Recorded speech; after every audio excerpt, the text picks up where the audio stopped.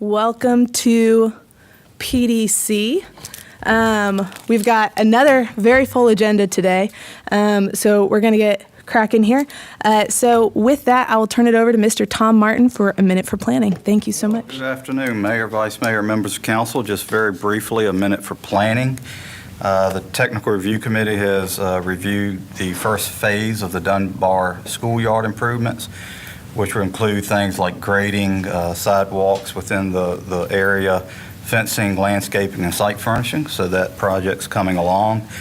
TRC has looked at a 20,000 square foot building addition out at 111 Lynchburg Lane for Virginia metal treating, and also have reviewed plans for the conversion of Moore and Johnson fields out at VES, converting those from to synthetic turf. You've got a bunch of things coming up at your October 28th meeting, business item briefings. You've got the group home for psoriasis out on Westerly Drive. You have a CUP proposal for a pickleball court and rezoning for 10 apartment units on Wards Ferry Road. So that's a minute for planning. Thank you so much, Mr. Martin. And with that, we have 3 information items today. So, Mr. Greg Patrick. Thank you, Madam Chairperson. We have 3 informational items, and we'll kick it off with Mr. Tom Martin, who's going to walk you through updates to our property toolkit and derelict program. Some really good information here from Tom, I think. Sure. So good afternoon again. This afternoon we're going to look at past efforts and how we plan to move forward with improving the city's neighborhoods by using the property toolkit. So this slide, thanks to Sean Conway and Darian up in the city manager's office, we're actually working closer towards getting that actual dashboard put in place. But currently, as you can see, we have 261 condemned properties in the city. Just please understand that that number is going to go up and down, but it is feeding everything to the right. And just to highlight, you can see that our programs are working in that right now we have 94 properties in the derelict program. That number feeds into the number of renovations. We can have 47 renovations. 32 of those have been are currently in progress. 15 are completed. We've done 41 demolitions, 20 by the city and 21 by private entities. And this is data since 2022, so moving forward. Honestly, and in full disclosure, that notified build number is low. That's where we're working on our dashboard. That's actually about 25, I believe, that are actually in the billing cycle. So just to show that the efforts are actually improving neighborhoods and also increasing property values, you can see on the screen an example of some renovations. You see that 2611 Dudley Street, that property was renovated back in 2023. The assessed value was, I can't see anymore, but right at $33,300. And in 2025, after it was renovated, it's upwards of $226,000. Also a renovation, Blackburn Street, in 2023, it was $41,000. That was renovated, and I believe that's $144,000. As a result of demolitions that have occurred, 2711 Concord Turnpike in 2023, that was assessed right at $27,400. That structure was actually demolished, the lot subdivided, and you can see 2 new structures were built right north of $300,000 and some thousand.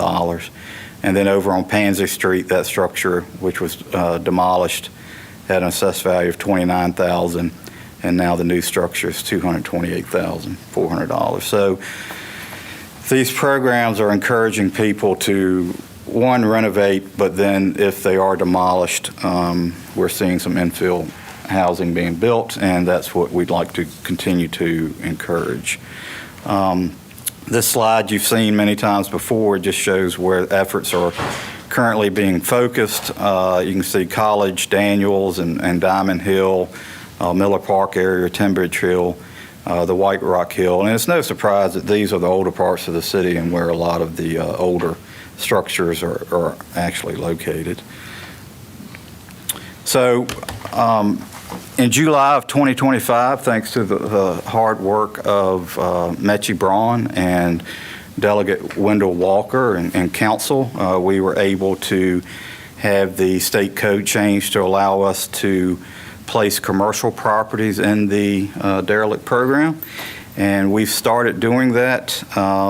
One example is 709 Fifth Street, and I was actually in a meeting with the Fifth Street Community Development Corporation where they came to talk about this project, and they were actually quoted that one of the reasons they chose to move forward so quickly on this building is because the city had become alarmed with the condition of the building. And that's moving forward. This is actually the first phase of a project that they're doing on Fifth Street. That building is going to be renovated for 4 residential units on the upper floors and commercial space on the bottom. But elsewhere in the block, phases 2 and 3 will be 24 to 35 units with 4 to 5 additional commercial spaces. So that will really help redevelop that block of Fifth Street. Also, you see the old 31 Cabell Street, which is a candle factory that burned. That's been placed in the derelict program. 1112 Main Street, even though that building sold, we have seen no plans on how they move forward. That's also in the derelict, and also Green Street. So we are moving forward with these commercial properties.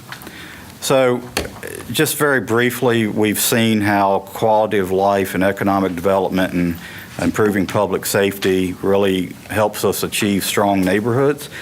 And we do that by removing blighted conditions, beautifying the neighborhood, increasing property values in the neighborhood, but also providing housing opportunities. But we really believe that we have an opportunity now to make a larger impact. And one of the things we'd like to speak with you today about is something that we've heard council mention a couple of times in the past, is graffiti. And quite honestly, I don't think anyone is really focusing on graffiti. So we are proposing to start working on that. So we actually have a graffiti ordinance in the city of Lynchburg. The definition is any unauthorized application of painting, drawings, etching, scratching, marking, or inscription on that wasn't agreed to by the person of the property. Otherwise, it could be considered art. So graffiti is any unwanted marking of property. It's unlawful. It's currently a Class 1 misdemeanor. If it's a minor, the parents are actually responsible for the damage to the property. Unfortunately, it's very hard to catch people doing graffiti. All right. So, and the way the current ordinance is that the city may undertake a contract for removal of the graffiti, but what we found is that the city has been reluctant to do that, because if we go in and start pressure washing your building and we damage it, then we open ourselves up to liability. We can issue notice of violations for it. In the end, basically the way the ordinance should work is we ask them if they'll abate it. If not, we can go in and abate it. Either way, the ordinance is written now is the city incurs the cost for removal of it. So we're not really proposing anything different than what's in the ordinance. We are just proposing to actually start paying attention to it, in short. So where does that leave us? When this slide was put together, staff had identified up to 50 instances of graffiti, and as it says more to come, as of this morning, we were up to 68 that we've documented. And it varies, being on private property, or bridges, signs, fences, equipment cabinets, utility poles. So we're actually working across different agencies, and moving forward, our mission is to eradicate graffiti, or at least do something to deter it. So we've already started conversations and partnering with Public Works to remove it on public property. They've been very open to that. We'd like to move forward with citing private property owners under the nuisance ordinance, but creating this reimbursable grant program that after they remove it, we reimburse them for doing so. The other more difficult one that we're dealing with and we're going to have to work through is the utility providers. As I mentioned earlier, there is graffiti on utility poles and equipment cabinets. They do not want us or private contractors out there working on that yet.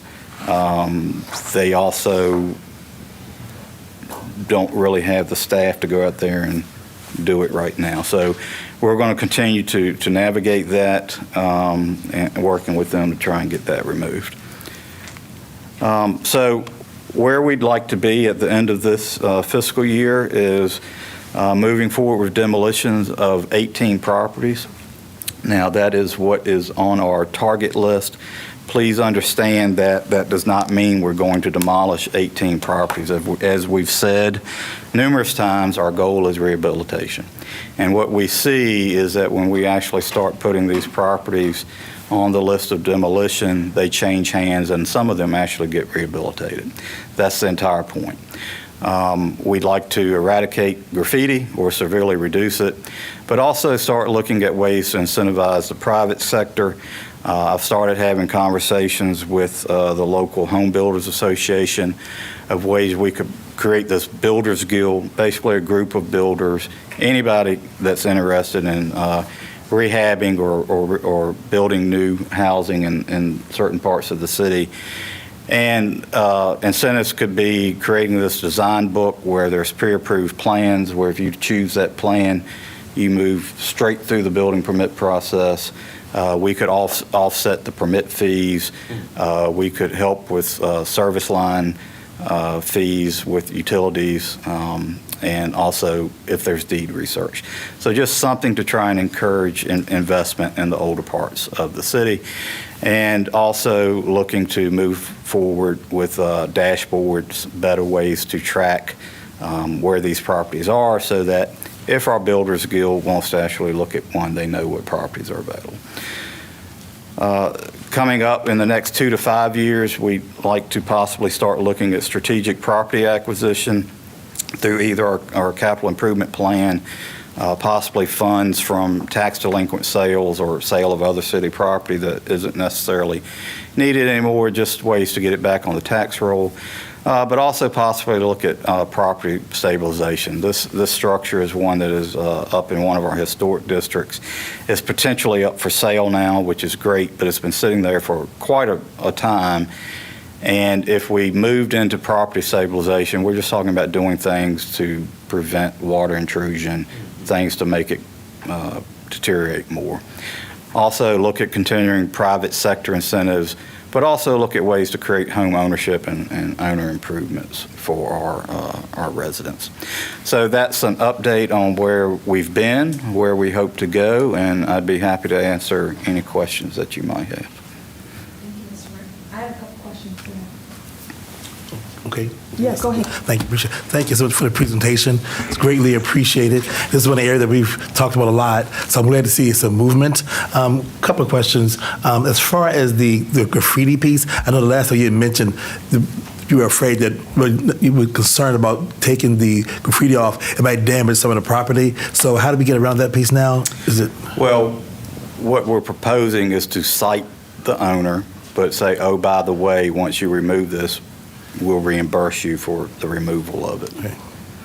So that way it's not the city taking the responsibility on private property for doing it. To make sure that part's clear. And the other piece, are we working with the Downtown Association in some of those properties, or are we partnering with them in this process as well? We have definitely spoken with Downtown Lynchburg Association, and they're actually excited about this. And one thing I failed to mention is we're also looking at other localities' ordinances on graffiti. There may be a need to tweak some things, but we think we're in a pretty good place to start concentrating on this. And what is the new director's name? I'm sorry. Garrett? Stacy Garrett. Stacy Garrett. Stacy Garrett? Yes, sir. Stacey Garrett. She Okay. spent 20 years with Right. prior to No, yes. coming on board. Okay. I just wanted to reach out to her. I didn't marry y'all. Reach out. I know she's coming. Is she She'll coming before the be, city council? she'll be before council on November 12th. November 12th. Okay. We'll talk about the downtown improvement district that we had gone through in finance, and then a little about the MOU with the city, and then Yes. some plans looking forward that would involve council, I believe. Okay. And last thing, as far as I'm not sure what it's called. Was it the housing fund that we were going to look into? A housing trust fund, Yes. that is something in the 2 to 5 year. 2 to 5 year Time. process? Yes, sir. Okay. But it's still like in process? So Yeah, it's still- we're definitely still thinking Yeah. about it. Yes, sir. And that way, other person can get funds to help do some of the renovations and things of that nature. Could you explain that real quickly? I mean, just so. So, everyone understands. as you see, continue private sector incentives for home ownership and owner improvements. The idea is if it's a owner, if we have to go out and cite an owner for a property maintenance issue, and they could possibly apply for funds to fix that property, just to ease some of the burden is the Yeah. thought. And that, one of the big sounds I hear is that persons don't have the capital to do those renovations. You can see persons coming in, and it takes a lot of funds to renovate those properties. But just probably a normal person that might live there in that neighborhood just can't afford to have the resources to fix up their property. So I was looking for methods. That's the point. Yes. So I was looking for methods to assist them Right. in doing this. I want a person to be aware of that we continue to search out methods so a person who really live in the area can stay in the area, but also helps find some funds to assist them in that enormous expense. It's just have an old house. So that can be very, very expensive. Yes, sir. Yes, sir. I know you and others on council have been talking about that for several years, and it's definitely on our radar. Great. Thank you. Appreciate it. Thank you, Mr. Martin, for your presentations. They're great. If I could ask for some information on addresses for the derelict program in my ward, which is, I think, would include Fort Hill, Leesville, possibly Timberlake, depending on which side it's on, if they're in Ward 3. So just in your ward? Yeah, just We give can me do the that. addresses. I'd like to do a due diligence drive-by on them and see what's up. I think we've made some serious progress with the graffiti issue, and I look forward to seeing some improvements there. It sounds good to me. If you actually have a citizen that's got video of the crime taking place, what would happen with that video? How should that citizen deal with that? Well, it's great that you bring that up. One of the other things we want to do is, if you can tell, I'm actually excited about the graffiti. I can tell. But Me too. We want to start like a reporting hotline for that. But I would assume if that citizen has video, it'd be shared with the police department, and then if they can identify from that, they would. Okay. Yes, sir. I hope citizens are able to help. We're going to work with our communications and marketing folks to create this, hopefully, graffiti hotline, that if they see it occurring, or just let us know where it is so we can deal with it. Because what we've seen in other localities that staff has spoken with is that if you can get rid of that graffiti in like 24 to 48 hours from the time it goes up, the amount of graffiti in the locality almost drops to zero, right? So graffiti begets graffiti, I guess. So is that right? I don't know, but sounds great. So yeah, we're excited about being able to work on that. It's just like throwing rocks through a window. Yep, Yeah, the absolutely. broken window philosophy, you got to deal with it quick. One interesting tidbit, and I don't mean to take all your time, is that from the examples of graffiti that we have, we did talk with the police department about that, and interestingly enough, and actually a great thing, is that it's really not being identified as any gang graffiti. It's more tagging, where the artists, and I use that term loosely, go out and tags the area. But in any event, to me, a lot of people have worked really hard to make the city a great place, invested a lot of time and effort in it, and we need to take the city back. We're claiming it for all residents, not just one individual. That's kind of my philosophy on this. So, Good deal, thank you. That's it. Okay, any further questions, Micah? two really quick. Oh, okay, I saw movement. Want to make sure. Going back to the first property toolkit page, when you're talking about the notified/billed, could you define those for me? Because are those properties that were receiving billing back for previous demolitions? And or are those properties that are now notified that they've been put in the pipeline because they're condemned? Is it both one, the other, just so that I can have that clarity? So billed for previous condemnation, or is it for the derelict? Correct. Yeah, that would just help me for my clarification as I'm looking at the numbers. And I don't know if you have that answer now or. I don't have Okay, it now, ma'am. that's totally fine.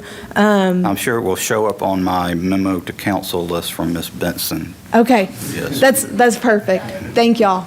And then the other question, and this is just me bringing up an item that I had mentioned before, and I don't know if this fits into this program, if we have to partner with a nonprofit. Jurisdictionally, I'm not sure where it falls, but I really think that a lot of the issues, at least from feedback that I've been gathering in these older areas of the city, is there's not clarity around who owns the property. And so then it falls into disrepair. So wills and deeds, what do we have in the way of assistance or partnerships that can help create clarity around wills and deeds? Well, if you see on one of the things we're hoping to do this year is to incentivize with deed research. Perfect, I missed that. Yes, Okay. ma'am. Thank you. You're very welcome. Thank you so much. Okay. Absolutely. I appreciate that. Awesome. Well, we're running tight on time, so we'll move on to the next one. Thank you so much. Thank you. Very helpful.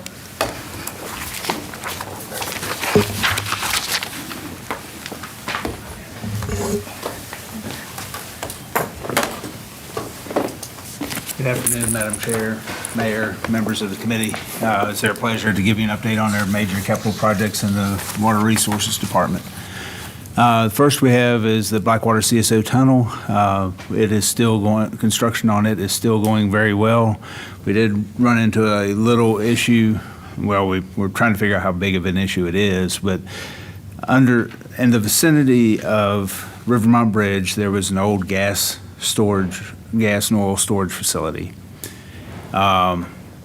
which has long since been demolished. But in the process of preparing the tunnel for blasting, the holes that they drilled for the blasting material started oozing oil and tar substance. So that's being tested now.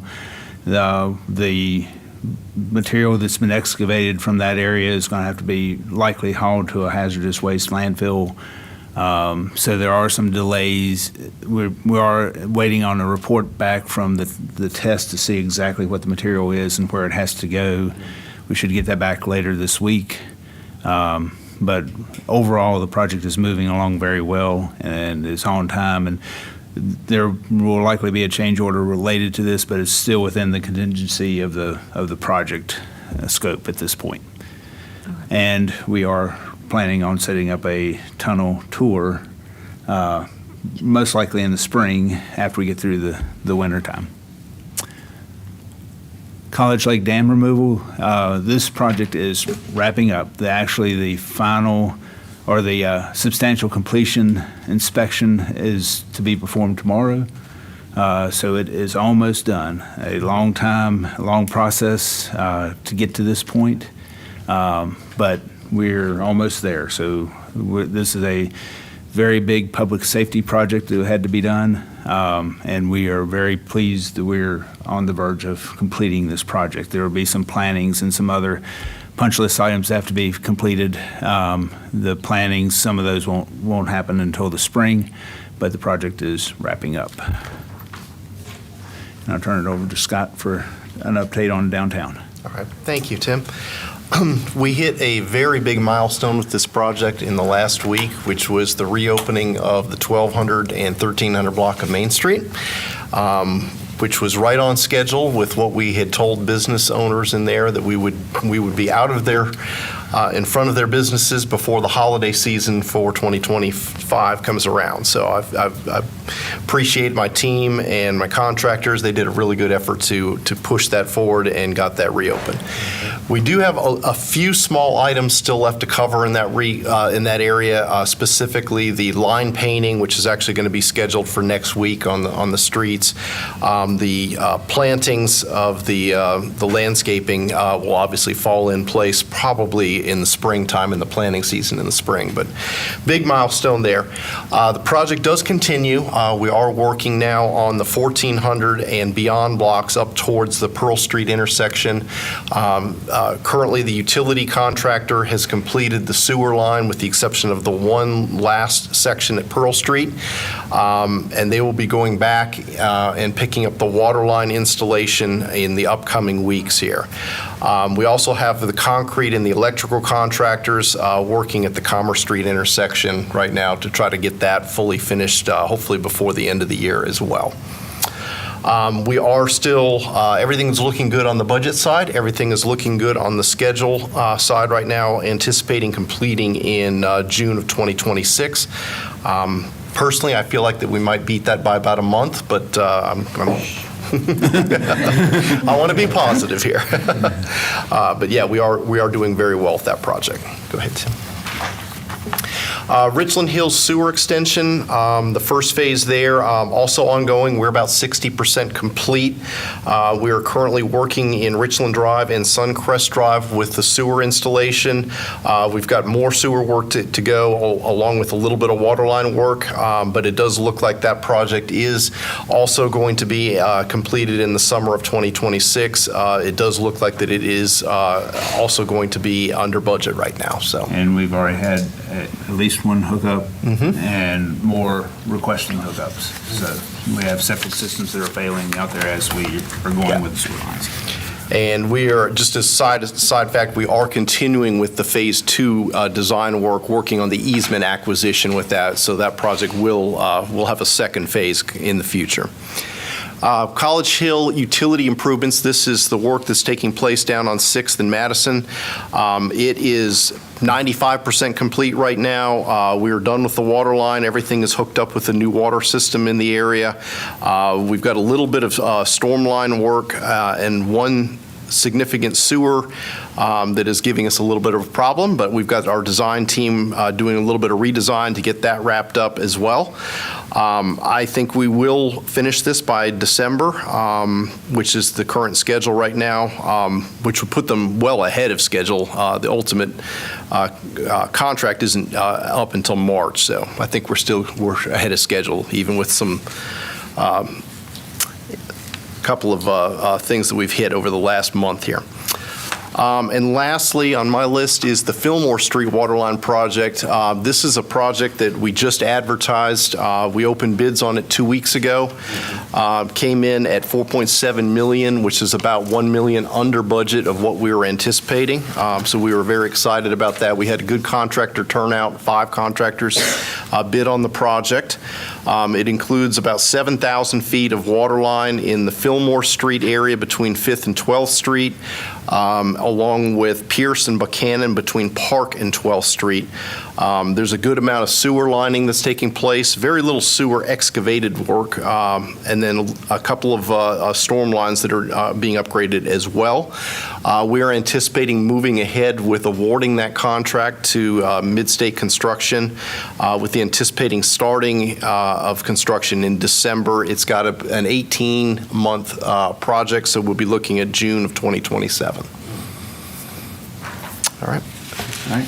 The last item that we have for this is the lead service line inventory. We're moving into the next phase of this project. This is the EPA mandated lead and copper rule improvements. Part of the project where we did our initial inventory based upon historical records.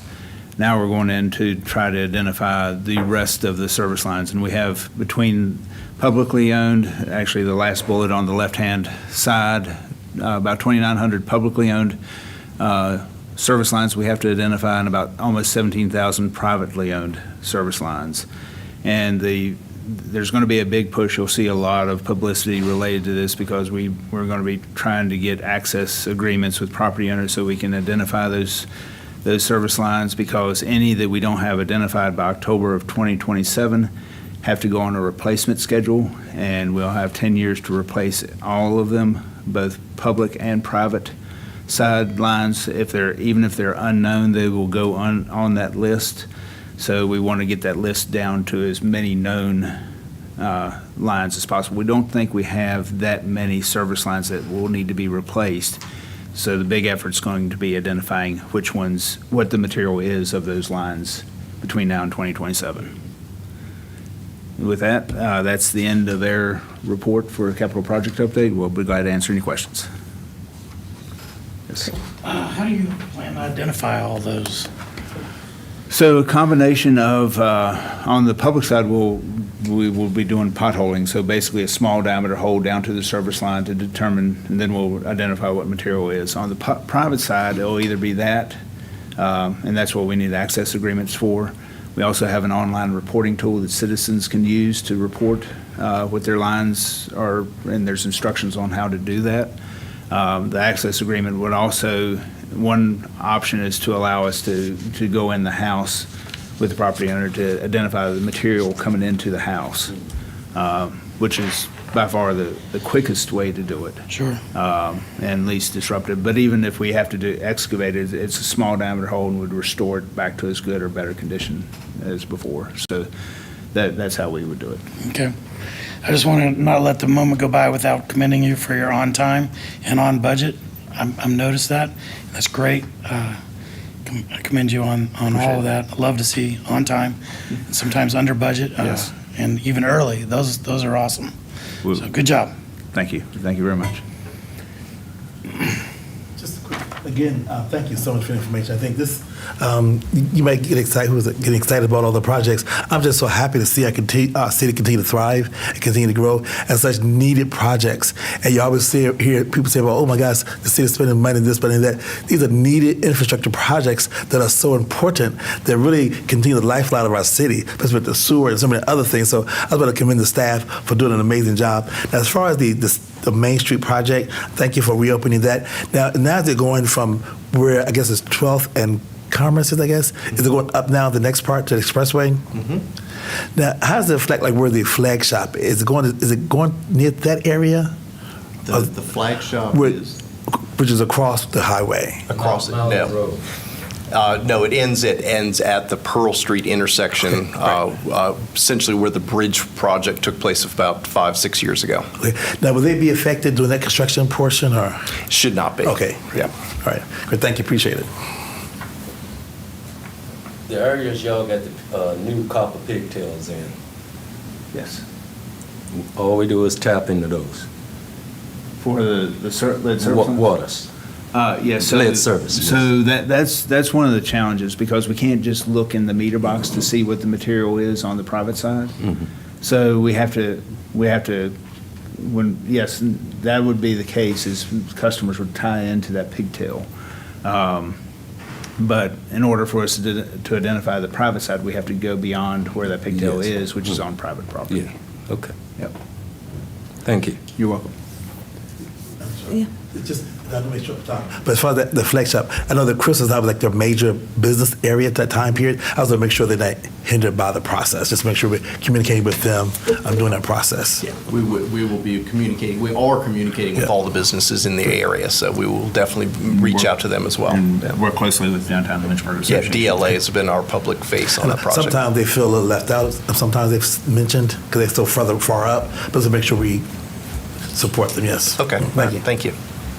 Thank you. And I believe you all have the next presentation as well. Up next as well. Really quickly, though, I want to look to Greg because we have a number of time-sensitive items. I'm not trying to cut you short, Mr. Mitchell. I think we're good. I don't think any of the general business items should be. Okay, It then we're should be good. I super just wanted long. to confirm so that we're meeting And I can- agenda. Yeah, just I'm hustle just- through, and this presentation is more just FYI in case you guys should hear anything from our friends on Candler's Mountain. Yeah, there have been a number of posts on living in Lynchburg about the odors in the Candler's Mountain Road, Liberty University area. Just wanted to let you know that we are aware of this, and we are working on this. We were made aware of this, I think it was last January 2024. We've been working to, first priority has been to identify, and this is the area where the odors are. A little bit of background. We've installed it's called odor loggers. So basically it's measuring the hydrogen sulfide level in the sewer lines in various locations. We've tried a lot of different chemical feed systems in different locations to try to address the odor issues. We've also worked collaboratively with CCUSA, that's Campbell County Utilities and Service Authority, because one of the initial thoughts was it was coming from a sewer force main from them. We hired Brown and Caldwell in 2024 to do a comprehensive study, which is attached in your package if you're interested in knowing about sewer odors. We've installed carbon inserts in manholes to try to help alleviate the odors. One source that we thought it might be coming from was the Region 2000 landfill, but we isolated that. It was not coming from that. In fact, it made the odors worse, because the issue with the odors is the detention time in the force main. So how long the sewage sits in the force main, it creates hydrogen sulfide when it's discharged into our sewer system. So right now we've identified it's almost a 21,000 foot long force main, so it takes a long time for the sewage to move its way through there. We've identified potential improvements that could help with that. Our next steps, we spent about $260,000 today to identify the issue. We will be meeting with CCUSA to discuss the report and our expectations of CCUSA to address the problem, and discuss our costs to date with them to try and get reimbursement for their related costs to identify what the issue was. So it's been a lot of effort by our staff and working with the consultant to try to identify this. But sewer odors are always a difficult issue to try and track down and address, because there's really not a real good way to address sewer odors. But I'll be glad to answer any questions. Thank you for the information. Now, when I left, I was at the Chiefs event on, when was that? Friday night? I left there and I smelled a horrible odor. Is that the same odor or something different? Like a sewer odor? This was where? At Liberty. Yes, it's probably is that. I was going to mention something. I looked at my package. Oh, my Lord. Because it was like, it was knock you out. And I was like, oh, all these city people are here. So I'm sure somebody's going to smell that. Well, and some of the issues with this are the gas that is emitted is very destructive to sewer systems, so we want to address that. It's also very dangerous, especially in higher concentrations. So any of our workers that are working in the sewer system, it could be very dangerous. Yeah. So we definitely need to get it addressed. Yeah, but I'm glad we addressed that. Thank you. Just a quick side note: when I come down Florida Avenue, where that little creek thing is, sometimes a smell comes from in the area. It's a similar smell. And it very well could be. A lot of times, depending upon atmospheric conditions, we'll get odors. We have certain areas in the city that are notorious for odor just issues. Once in a while, like, oh, goodness. And I think we had recent complaints around City Hall of odors. Yeah. Which. Okay. Yes. Okay. So thank you. All right. Thank you. Yes. This is going to show probably my lack of knowledge with this, but when I was touring with you all, you did amazing things with bacteria and microbes. Mm-hmm. So in this situation, it seems similar, where it's just there's a lack of movement, it's building up on gas, and then the gas pressurizes and has nowhere to go. Is back like it? So this is anaerobic bacteria. So the sewage is going septic. Okay. And it creates sulfides in the sewer in the water, and then when it's aerated, it produces hydrogen sulfide gas, so that it just releases into the atmosphere at that point. Got it. But it is a function of sewage breaking down. Okay. It's a biological process. It is. Yeah. Yes. Yeah. Okay. All right. And the report that's attached contains all you'd ever want to know about sewer odors, so. Okay. Question, Awesome. Is it worse on overcast days? It can be, yes. When Yes, the- I figured that. Yes, Yeah. yes. All right. Keep it to the ground. Keeps it to the ground. Yes. Have you identified a long-term solution? So the best solution that we have come up with at this point is a chemical addition to address the odors closer to the source. And a 20-year President Worth analysis puts that about $800,000. A year? Ongoing, yeah. No, that would be total, 20-year President Worth, so $50,000, $60,000 a year. And again, we're looking at Campbell County to address that, not the city of Lynchburg, because it is emanating from Campbell County. Greg will sympathize with that. Awesome. All right, thank Any you. further questions? Okay, thank you so much. Really Thank you. appreciate it. And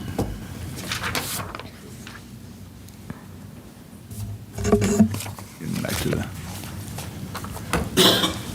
okay.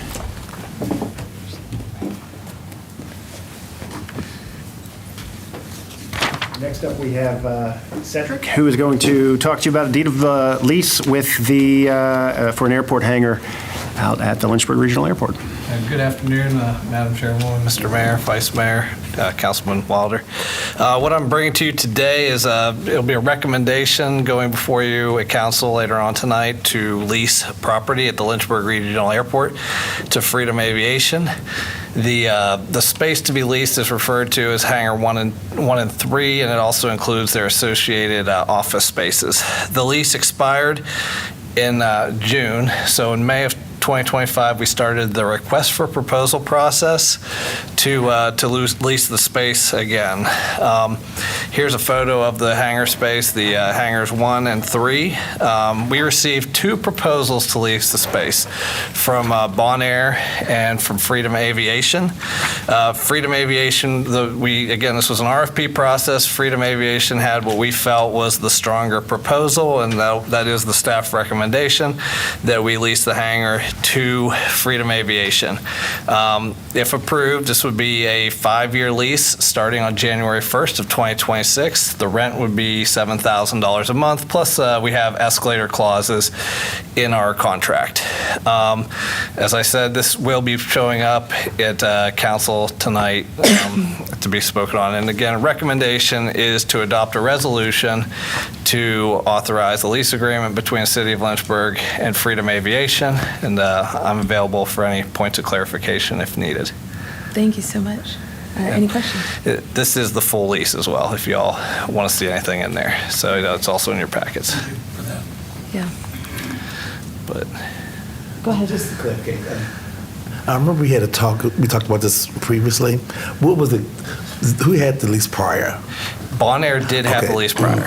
That's what I thought. Okay, I was gonna make sure I had it clear. Okay, great, thank you. All right. And I do believe we need to make a It's a motion. public hearing tonight, so. So no votes before public hearing. Perfect. Awesome. Thank you, Cedric. Thank you so much. I'm gonna keep clicking. You're welcome.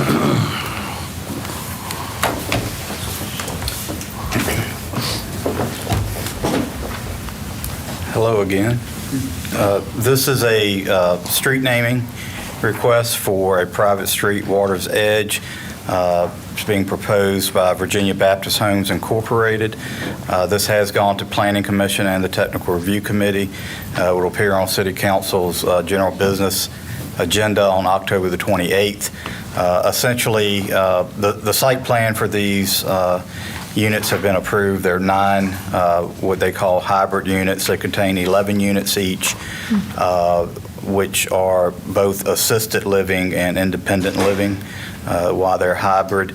But they want to name the street so that these units can have addresses, and it would be Water's Edge Circle, and it runs off of Grand Summit Drive. So just naming that, giving them the ability to name that street and address the units. Awesome. Thank you, Mr. Martin. Any questions for Mr. Martin? All right. Yes, we would appreciate a recommendation. Yeah, and do I have a motion to recommend to council? Motion to recommend to council. Water's Edge. Awesome. All in favor? Aye. Aye. Any opposed? Thank you. Awesome. Thank you.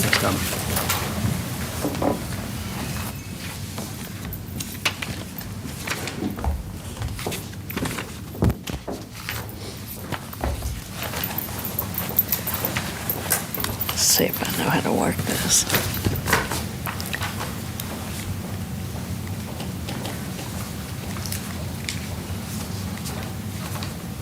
Okay. Do I need to go backwards?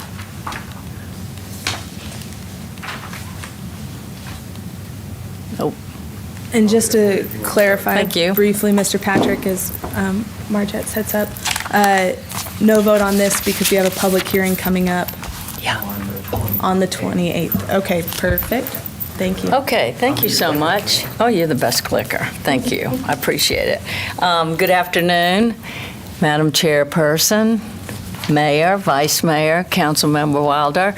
I am here today to update you on the enterprise zone boundary amendments. The city of Lynchburg has 2 enterprise zones. We are the administrator of those zones, but those zones are controlled by the General Assembly. It's a state program. We have had a zone. The zones, if you look through your information there, are called Zones 2 and 46. That's the way that how everyone got their zone. We were the 2nd zone and the 46th zone in the state of Virginia. So we've had their zone number 2, we've had for probably 43 years. And so what we do is every year I do an annual report to DHCD, the area of the state that handles these projects is the Department of Housing and Community Development. The plan is out of there. They have 2 components to them, a job creation grant and a real property improvement grant. I'm only allowed to have 7% of the city's total acreage in any zone, and I'm only allowed to have 3 non-contiguous areas. So I can't just pick it up and put it down anywhere. I have wonderful, wonderful partners in GIS. We work on this and look at it all the time. We're looking at areas that we can add or areas that we can take out. The city can't take advantage of the enterprise zone, nor can residential properties. It has to be a commercial or industrial property. If it's mixed use, it needs to be at least 30% commercial. So I tried to look at it. I've been very active since I took the enterprise zone over under our purview in economic development to look at areas where I could place the zone or where there may be development. But also remembering when you look at the maps, I know these are really hard to read, is when you look at the maps, you'll see that a lot of times there's a connector that comes down. So in the Zone 2 amendments, that's our oldest zone, and I really, with this amendment, I only have 1 acre left. In there. So, in Zone 46, I have quite a bit of acreage left in that, which will be great, but I always try to be very good stewards of where the enterprise zone is going to go. And like I said, you have to have connectors there sometimes to get it from one place to the other. So I try never to lay it down over any type of residential areas because they can't take advantage of it. Everybody's looking everywhere but at me, so that's amazing. So the zones were last amended in 2020, and what I normally do is just, a lot of it's boots on the ground of looking around and seeing areas where there may be activity, areas that may need to be revitalized, or areas where the enterprise zone is one of the few programs that will allow you to do a new build. It has thresholds that you have to meet in order to do that. For renovation, it's $100,000. For a rebuild, it's $500,000. But it's been very, very beneficial when we start to look at how do we take some of our older, buildings themselves, but manufacturing facilities, things like that, and help them in a meaningful way from an incentive perspective. And the incentives come from the state. So I know you all are on a really, really tight time frame, so I am really happy to answer any questions that you all have about the zones or about the program in general. Let me throw out a couple really quick. Sure. And we can email, because the next item, I believe, requires action. So I'm really curious about, I believe it's the 227 unused acres in Zone 46. And then also looking at how this corresponds with corridors in the comprehensive plan, where this can be leveraged as we're applying for Smart Scale and VDOT, and making sure those things work together in continuity. And then I understand, I sympathize, I don't understand, I sympathize with the need to keep it contiguous and the appearance of the gerrymandering, for lack of a better term, simply because it has to stay connected and congruent. Right. So I commend you with that. But I'd be really curious about the plans with the 227 unused acres, and then also just how this aligns with our comprehensive plan outlook, Yes. Specifically with those other applications. Absolutely. Any other? Yeah. Really haven't, honestly, I'll take responsibility, been able to look at the full list. I appreciate the additional information about individual addresses that Yes, was sir. provided. Yeah. But is there some crisis issue that's driving this process, or will we have additional time? Because I'm really hoping I will have additional time to look at this. Well, what it is that you all just hold a public hearing. The state of Virginia would have to allow us to take properties out or in. There are some properties along that corridor there. Like I said, this has been a work in progress for a couple of years. It's a lot of work on our end as well. So to get this to the finish line, so I really have to submit the paperwork for this to DHCD by November the 1st. Okay. And I specifically did not take any properties out that don't belong to the city or the EDA. So nothing is being removed that really could take advantage of the zone.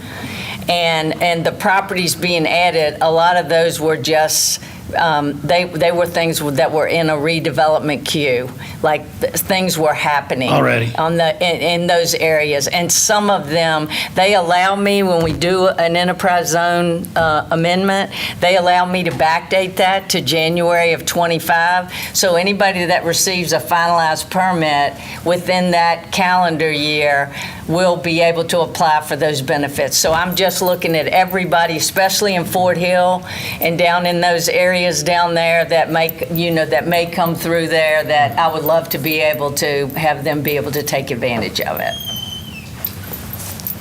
Is Tatiana part of those zones, or? I can't remember. So. I am not sure how Okay. far it goes in Okay. Tyrriana. We really do try to look and where it's going to be residential or has been residential.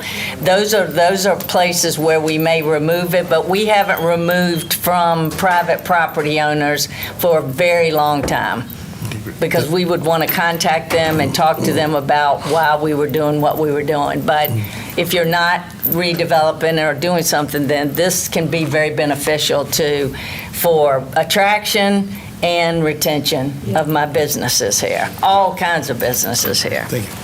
So we'll follow up with information on unused acres and the alignment with the comprehensive plan ahead of the 28th. Perfect. Thank you. And one last extremely quick and easy item for Thank you, Mr. Mitchell. Tim Mitchell here. You want to do it quicker, or you want me to?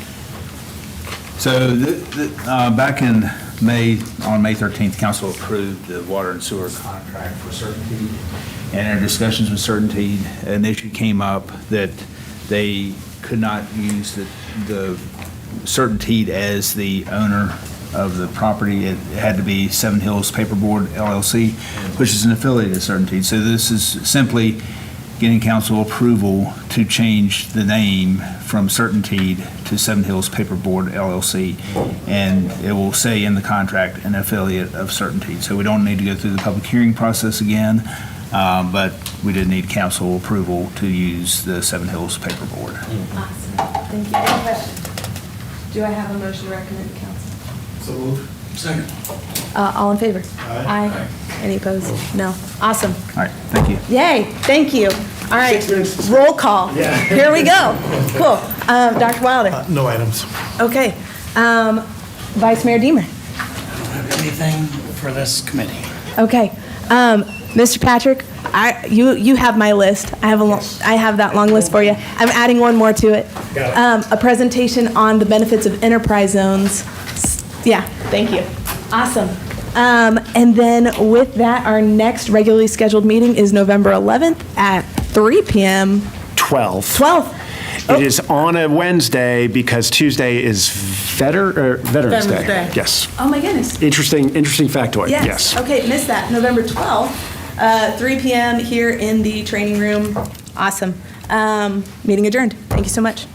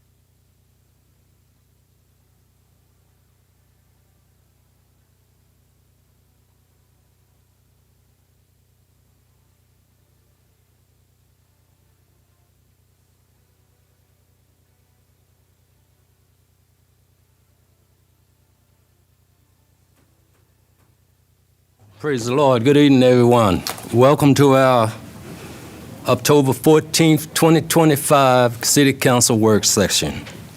The city manager will go over the agenda. Thank you, sir. Good afternoon, Mayor, Vice Mayor, members of City Council. Today is October 14th, our work session. Before us, we have Miss Mercedes Braun, who is our Intergovernmental Relations Officer that'll walk you through the city's legislative package. That package will house different things that she has engaged each one of you about that you would offer or put forward for this impending General Assembly. Then we are followed by and then that's a business item briefing. I should walk back and say we've inverted again work session items together with business item briefings. Business item briefings are those briefings that position the council to be more informed or have an understanding of something ahead of a vote, which would come later this month. So today is about feedback, input, and engagement on the legislative package. Now, moving on to the work session, you'll take up again your rules of procedure that I think will be shepherded and or managed by our city clerk and our city attorney. And then also Mr. Missions has offered or proposed amendment to the zoning ordinance that he'll brief us on as well. Roll call, and then there are a couple of closed session items. And with that, Mr. Mayor, I'll turn it back to you. Yes, sir. We have Ms. Mercedes for our business briefing. Legislative agenda items. Good afternoon, Mayor, Vice Mayor, members of City Council. I have the updated version in a printout, so in case you guys wanted to read it. Do you mind if I pass it? Thank you very much. And with this, I'll just go ahead and get started. The idea is by consensus, kind of preparing a final package for you guys, or as much of a consensus as I can possibly get today. The package is designed to highlight these areas of importance to you and your peers, as well as the city. And as the General Assembly, the General Assembly session progresses, we ask that the state representatives keep your legislative priorities in mind as they vote for Virginia. So today, all of these items were recommended by you, members of City Council. Each of these 17 items have been researched and fully reviewed by staff and experts to create a bill language opportunity. So all these will be in bill language. Each of these slides will have the City Council sponsor, the language that was submitted for the packet, and bullet points just pulled directly from the information. Thank you. I've also got packets in the back for the public if they want to follow along. Because I did not get these updated to the right slot, and I'm so sorry. I did not do that. I'm sorry, Alicia. So today, like I said, we're going to go over this, and the final vote will be in your general business item on the 28th. All right, starting right away, this is expanding zoning authority, and this is brought forward by Councilman Chris Feraldi. The City Council is would like to support expanding local zoning authority. Current structure definitely restricts localities and its need to respond to its own community. This would expand the authority and allow municipalities to create ordinances that better reflect local priorities while maintaining state law. With your permission, Mayor, is it cool if the person who sponsored the bill gets a chance to speak? Yes. Okay. That's it. Sweet. Yeah, and this is a discussion. Yeah, definitely. Please, any notes you can give me, I take them. I personally would not support this in our legislative agenda. I don't think it makes sense to ask the legislature that's bringing forward a constitutional amendment to enshrine abortion to ask them for the authority that we already have when it comes to zoning restrictions. I think it's a way of saying that you're for something in a way that's going to kill it. Ms. Timmer, excuse me, that's the next one. They are the same, they're same, but that's the very next one. Okay. Yep. All right, well. And so if it helps, this is the exact same, so if you guys look, it's code 15.2-2280. It's the same bill that will be affected, Ms. Timmer. So I'm going to read this next one, and that way we can do that.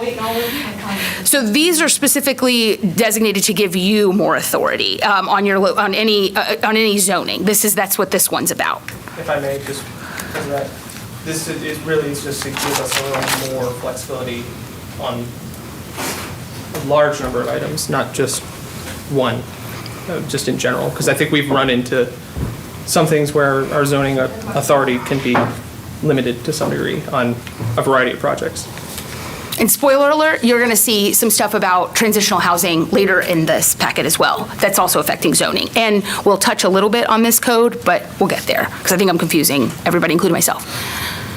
All right, I'm going to go ahead and move on. So this one is a little out of order. This is one that this came last night, and I did not author this one. I'm going to turn to, if there's any questions, we've got definitely help in the room. So this one, Ms. Timmer, is the one you're talking about. This is specifically designating where prohibit the use of land in Lynchburg regulated under Title 32.1 other than hospitals where terminating human pregnancies by performing abortions or causing miscarriages will occur under the laws of the Commonwealth.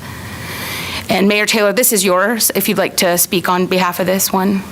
No. Okay. I would like to speak to this again because I don't believe that this is your intent, Mayor Taylor, but essentially this is asking the legislature for authority we already have that's clearly defined in code law and the ability for us to make those decisions at our discretion. And so this would be asking the body that is putting forward a constitutional amendment to enshrine abortion to give us authority that we already have when it comes to zoning questions. So this, in my opinion, puts forward a self-defeating issue. I would not support this.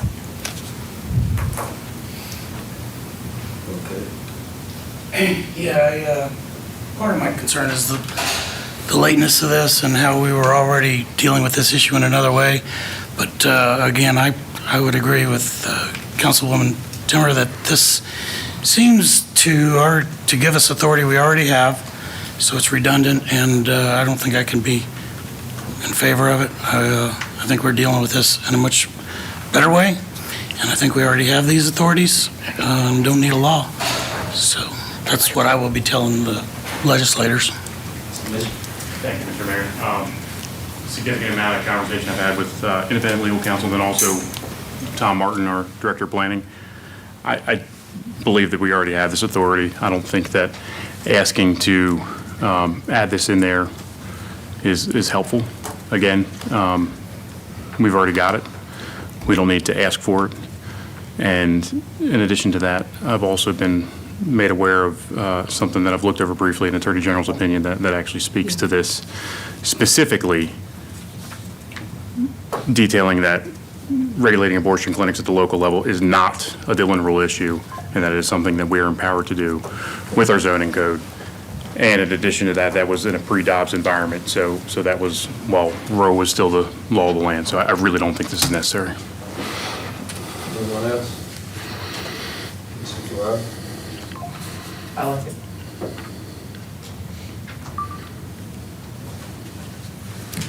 So with this one being a little bit up in the air, maybe this will be something that we pull separately at a later date. Okay. All right. The next one. This is exciting, brought to you by Councilmember Feraldi. This is an investment in cryptocurrency, and let me get the fun points out here. So this would support legislation granting localities an opportunity to invest in cryptocurrency. It'd be part of a diversified financial strategy for specific pre-identified needs. Each of these investments would be limited to the term of no more than 5 years, subject to risk mitigation standards, and the investment would go to things like capital improvement projects, school infrastructure, and one-time investments. Mr. Feraldi? That's pretty much it. Of course, there's a lot of associated risk with this, but I think just considering where we're seeing a lot of other assets going, the tool would be nice. And I'm not sure this is exactly what would pass or if it will even go anywhere. But for example, if the city of Lynchburg put $1 million into Bitcoin a year ago, it would have seen like a 50 or 60% return on that investment.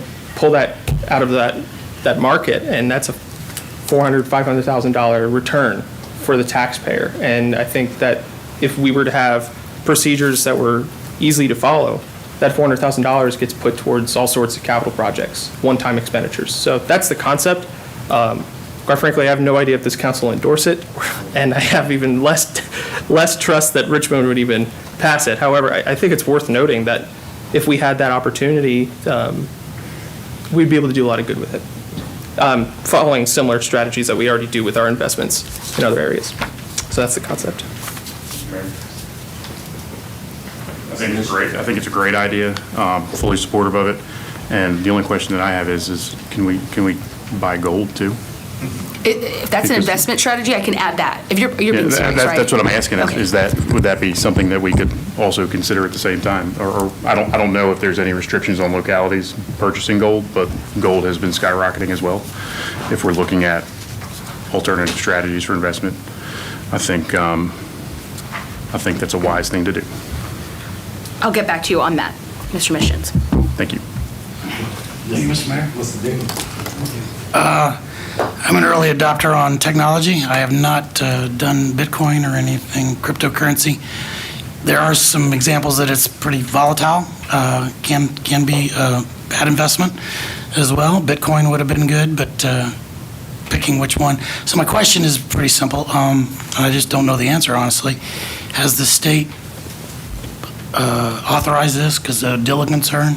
And also, are there any other localities that have done this, or would we be the first? Mayor, if I may. Mr. Flood? I'm not aware of other localities. I'm not aware of anyone else in the country, as a matter of fact. And coupled with that, in answering, I'm not aware of our ability to do it. And so we would need Richmond to, in their infinite wisdom, to grant us the ability to do so. That being the case, though, I think there are policies and investing strategies that the city could educate us on that would protect the investment, i.e., you can't invest but so long, and so on and so forth. So, I really think it's just, you got to get our foot in the door and saying we need other opportunities to invest in capital projects, especially school infrastructure. I think there's room to finagle this however it needs to be done to give us more opportunity. That's really all we're going for, or I'm going for anyway. Well, yes, thank you for the information, I appreciate it. What is the direction from the finance staff? Are they in favor of something of this nature, or have they weighed in on this? So I think it's a two-step question. First is, would we be in favor of the localities having the authority to invest in something like cryptocurrency, gold, or any other alternative investments? I think generally we're in favor of localities having more authority. You know, where would it be a good investment? I think that's something we would have to explore further. But I think this is more about just granting the authority, which we would be, would be supportive of. Okay, great. Thank you. Appreciate it. Thank you. All right. Anyone else? The next one brought to you by Mr. Councilman Feraldi. This is the opposition to mandatory collective bargaining. So City Council opposing any state mandate requiring collective bargaining. The City Council maintains that local governing bodies should retain clear authority, determine whether such a system is appropriate for their workforce and community. So this little note here on the bottom is this is already in state code. This is a blanket opposition of mandating, just forced upon you without any concern of yours. Mr. Feraldi, did you want to talk about this one? In that same vein, I would put that Lynchburg would support our right to work status, but that's within the heart of what I was asking for. Okay. Would you like me to add that language? I would, if my colleagues oblige, is another question. What do you guys think? Okay, I can add that and send you an update. Yep. All right. Moving right along. This is a local option to elect a school board brought to you by Mr. Councilman Feraldi. So this is City Council supporting legislation granting Lynchburg the authority by ordinance of City Council to allow for an elected school board. Adoption of this ordinance would remain at the discretion of you and your peers and would follow a public process as determined by the council. This is input, you get input, of course, from the Office of the Registrar, Electoral Board, and City Manager and his staff. Lynchburg, just a couple of notes, Lynchburg is one of 12 remaining school boards with an appointed school board. Recently, just as of this year, there have already been attempts to make it mandatory across the way. So just kind of in the same spirit of the opposition of mandatory anything, just giving you guys the authority to do so yourselves. Mr. Feraldi, did you want to speak to this? That summarizes my request. There is another request of mine in here associated, but separate. So I would ask when the other one comes up, we think of them differently. But as far as this one, I think it's needed, and it puts parents more directly responsible with who's governing the school system. And I think it's time we do it. Thank you.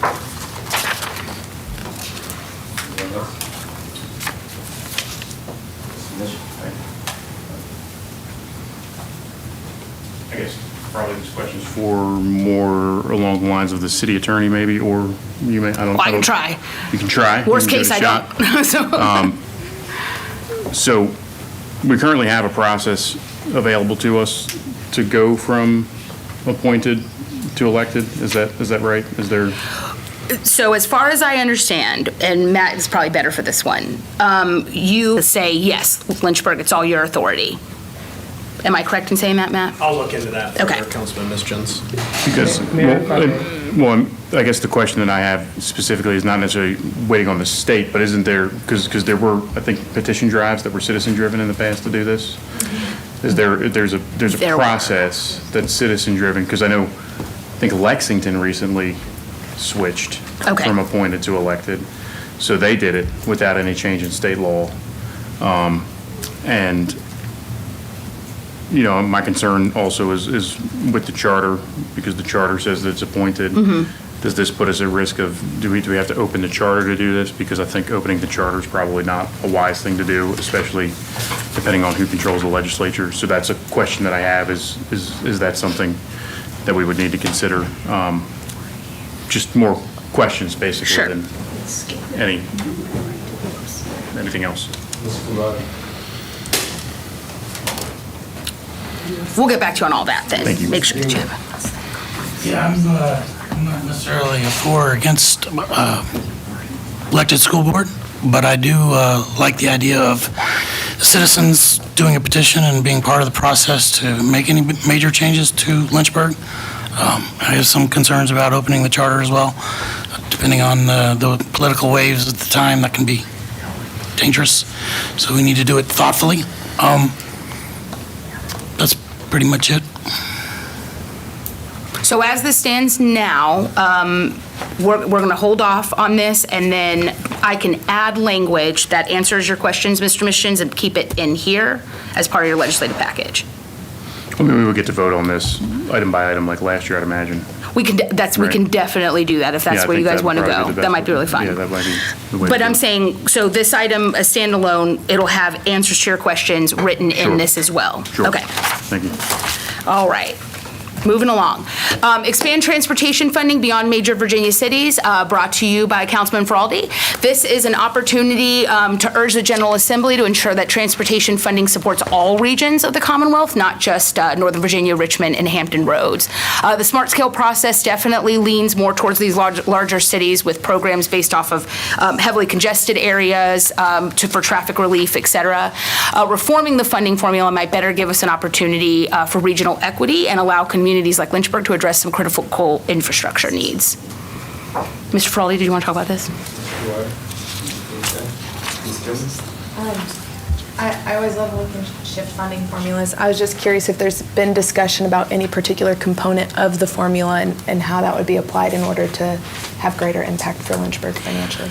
Let me get you better answers than what I have. It recently changed that gave us the favor to larger cities, Right. and I could not sit here to answer that as well as what you want. Okay. Yeah, but I'm going to get you some I information. appreciate that. Yeah. I just want to prevent any ricochet effects if we're not taking into account what those formulas are in totality.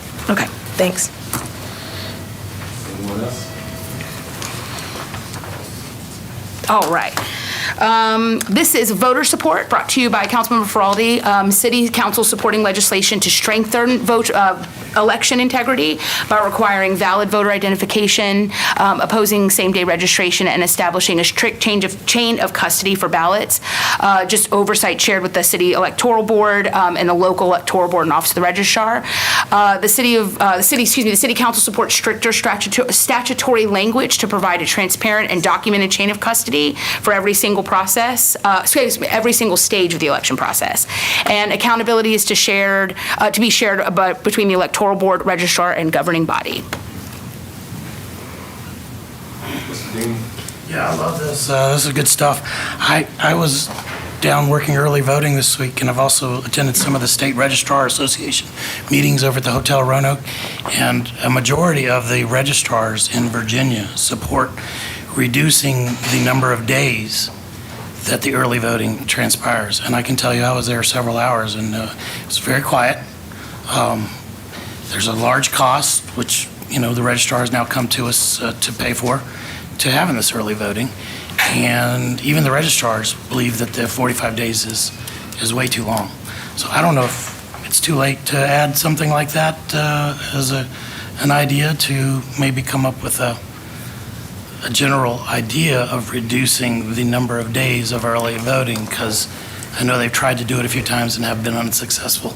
But that was COVID era legislation that created that, and we are not in that era anymore, so it would make sense, especially on a savings thing, that we could maybe do that. I don't know. It's probably too late to try to add to this. But No, you can add, that's what this is all about. I would love to maybe see that as a suggestion. I'm certainly open to it. Might be biting off more than we can chew, but I would certainly submit that as an option, as well as asking the state if you're going to require us to keep our polls open longer to give us more money to solve it. So I'm also open to both sides of that coin. Is everybody with nods or no's? So just to be clear, I think what it sounds to me like is it's either less early voting or the state gives us more money to keep the polls open for the 45 days. Is that kind of what was just suggested? Because I'm good with, because I think we just had, it's like 120,000 in the fourth quarter adjustments, I think, of additional, that we weren't planning to spend in the registrar's office for the early voting process. So, yeah, I think that's absolutely wise for us to look at, because it's kind of like an unfunded mandate. So I'm going to be adding that language and getting that back out to you. All right. Next one, opposition to mandated energy requirements without locality input. This is sort of that same flair with the zoning, and it does address the same, some of the same zoning codes as well. Brought to you by Councilmember Feraldi. This is City Council opposing state mandates restricting local authority and land use policy decisions. Under this code 15.2-22, localities are expressly empowered to adopt zoning ordinances to protect health, safety, and welfare. Allowing the state mandated energy solutions could erode local authority, force communities into a uniform approach. This disregards all of your local community needs. Mandated environmental or constructional requirements disregard local fiscal capacity and infrastructure needs.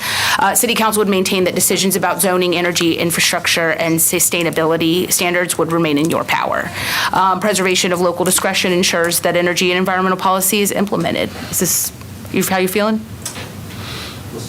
So this is directly in reference to legislation advanced in Richmond of late that essentially says localities, it hasn't passed, but I believe it's gaining traction, unfortunately, where localities lose their ability to control energy developments, and the state would mandate that we have to adopt them. This really is more applicable to rural areas, losing farms and losing agriculture and that nature. However, with the land that we do have in Lynchburg, we want to be representing the best interests of our city. I would point out to those who are listening, Council maybe a year and a half ago passed something related to a battery storage, which I believe is certainly a green initiative. And I'm not saying that we would dismiss those, but having more discretion, empowerment as to where those go as opposed to being forced by Richmond is prudent. I mean, I would support that and agree with that, and I think, I believe, and if I may, Mr. Feraldi, this is what Bedford County, I think, set some dollars aside for to sue the state if this were to pass. Is that right? Is this the same thing?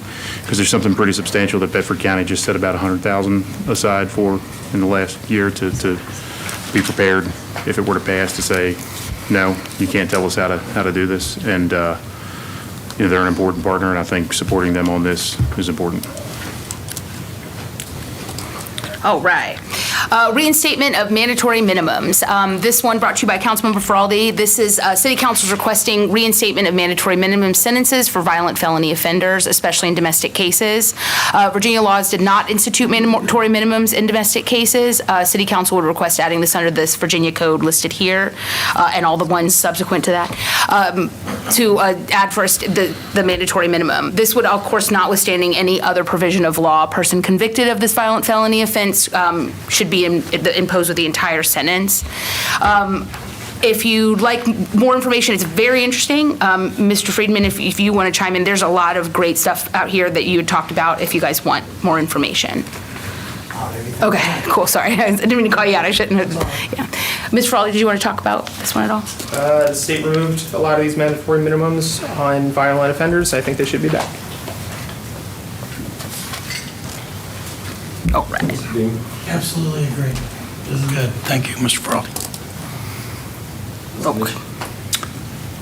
I mean, I agree with this. I think we had this in there last year. And if there's anything missing from all of that, the 2020 Northam criminal justice reform that was passed, that's not in here, I would support putting all of that stuff back in. What does everybody think about that? That's kind of where I'm at. All the soft on crime policies that were passed in 2020, I would love to see them repealed and brought back to how they were previously. There's a lot of tools that have been taken away from our Commonwealth's attorney and our police officers, and I'd like to see them have them back. I believe last year, or maybe the year prior, I had a similar request, and they were related more to traffic. I forget the term. It's not a primary offense to be pulled over. Secondary offenses. Yeah, I think that might be what my colleague is mentioning, and I'm certainly still supportive of that. So these were the idea that you couldn't get pulled over for expired tags and bringing something like that back. And I mean, I'm really if I'm going to be honest, if your taillight's out, okay, I'll grant that one. But if your tag is 3 years out of date, that should be like, we should be pulling them over left and right. Okay. How does everybody feel about that? Are we getting nods? Good with that. Okay. So, Mr. Missions, I will look into other policies that have been removed. I will add specifically the secondary offenses back and then get you guys all the information from there added into it. All right, this is the one that Mr. Frawley was referencing earlier, removal of appointed school board members. This is a request to amend the code 24.2-234 and be able to remove school board members that you appointed for cause. So the removal of the school board would be at the sole discretion of the council and affected by the adoption of a particular resolution that you would put forward. And of course, there would be an appeal process and it would be determined by the circuit court.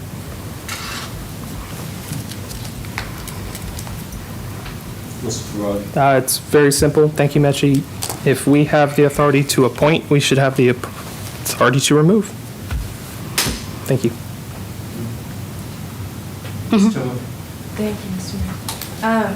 Thank you, Mr. Frawley. I know you said not to pair it with the other, but I think it gets a little bit confusing if we're putting forward the ability to publicly elect the school board through the people, and then we have the ability to then change that. So these would have to be totally separate. Yes, Yes. they are Okay. separate. Well, I understand that they're separate concepts, but if they're both put forward and passed, then people would vote and we'd be able to remove unless the language is really tight. It is my intent, if I may interject, Mayor, if we were to stay appointed. Okay, that's helpful. And I just want to confirm that that's the nature of the language. And then in addition to that, I do have reservation just in the sense that I think this could be a highly politicized tool. I'm not saying that's the intent of it, I just think that that's the natural repercussion of it. There are guidelines in which we can remove someone from the school board, but they have to meet a certain legal criteria, and then that's affirmed by a court. So there is a process, but they have to meet a threshold. And so because of that, it limits just turnover if there's some kind of political outrage or something taking place. So I think there's a legal means in which that can currently occur, but it, again, has to cross or meet a certain legal threshold. So I think this opens Pandora's box, if you will, as far as creating chaos around school board appointments. I totally sympathize with being able to fully own and have accountability for your actions in the appointment. I think that's valuable, but I also think we owe it to our school board to allow them the stability of their term if they haven't met a certain legal threshold of concern. Thank you, Mr. Mayor. I'd like to get a review on the charter, because I believe we already have this authority in the charter. Second with that is, say we don't have the authority. You know, we need people to apply to the school board as well. And kind of hanging this over their head like, hey, if you don't do X, Y, and Z, then we're going to have the ability to remove you. I would rather give this authority to the school board. I think that the school board, as its own political subdivision, its own governing body, is more suited to police their own, and they should be the ones given the authority to deal with that, not us.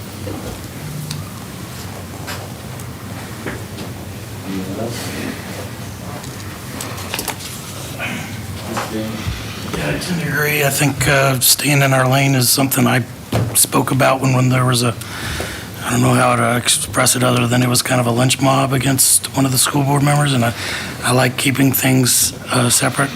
We'll deal with our city council issues, and the school board can deal with their issues. I like that we can appoint them currently, but if we decide to allow the citizens to elect them, and then all of a sudden we come back in and, I don't know, I have a lot of questions about this one, so, especially if it's already in the charter, I guess. I don't believe it's in the charter. I think what's the way it's set up now, and I'm going to get me if I speak out of turn. The way it's set up now, it would be a petition through the circuit court. So to remove an appointed school board member, it would be as if to remove an elected official. So it's the same setup to remove, I'm saying this with a lot of light, one of you. But you guys get to appoint. So if it's appointed by you, then you would be able to create, under this, you'd create a resolution that would sort of have your guidelines. And there's even a statement down here that says if it's arbitrary or capricious, then the removal will be set aside and the member's office reinstated. So there's opportunity for appeal. There's opportunity to ensure that there's checks and balances there. But I'd love to answer more of your questions, Mr. Deemer, Vice Mayor, excuse me. Did you have anything? No, I don't. So I understand that. I think, again, I think review the charter. I think there's something in there that allows us to remove people that we appoint to boards. I like having the safeguard of the court involved. That's just me. The reality is, whether appointed or elected, they are their own governing body over their own political subdivision. And what makes it appropriate for us to then say that just because we appointed them, that we have the ability to essentially rule over and micromanage the personnel of a governing body of a separate political subdivision. I just think that it's kind of like opening, I think you may have said this, opening Pandora's box, and it's not something that we should consider. However, I do fully support something that would essentially maybe give clear authority for the school board to have a process, even if it included the court, to do that on their own. I think that's appropriate. The school division does not work for us. We are the fiscal agent for the school division. That's the relationship. I think the difference is that we appointed them, so we are responsible for them. The people in the city have looked at us for being responsible for putting these people in their positions. So we are responsible for them. We were elected by the people, and therefore the people are the ones that are now put in the place to remove us, and that's how the process of removing us from our seats is laid out, which is the court being involved for our removal. That is not the current process for school board members. We appoint them. So when they are irresponsible in their job, if they commit malfeasance or misfeasance in their job, we are now the ones who put them in their seat. They were not elected. Now, if they were an elected school board, then absolutely the same process in which we are to be removed should be what they go to. But I think in this case, I don't have a problem with us having the authority to remove them because we put them there. And if they've done something that is overwhelmingly irresponsible and is something that puts them or puts the school district or the school at risk or whatever the case may be, I think we are responsible. It's a completely different situation because we put them there. So I think that's what makes it very, very different. And the charter, from what we've been told many times, does not give us the authority to remove them currently. So that's my thoughts. Thank you. I do support this. I think we need to have some kind of mechanism, if required, if that situation does come up again, because they are looking at us as we did appoint the person. So I think it's important for us to have some flexibility, even if it's something with a joint effort, as the school board and city council together. So some measure in that place or something that there's more of a clear mechanism to do that. Thank you. And the school board will tell you, they are your appointee. You handle it. It's been said to my face. Mr. Chairman, Mr. Bishop. You know, I get that.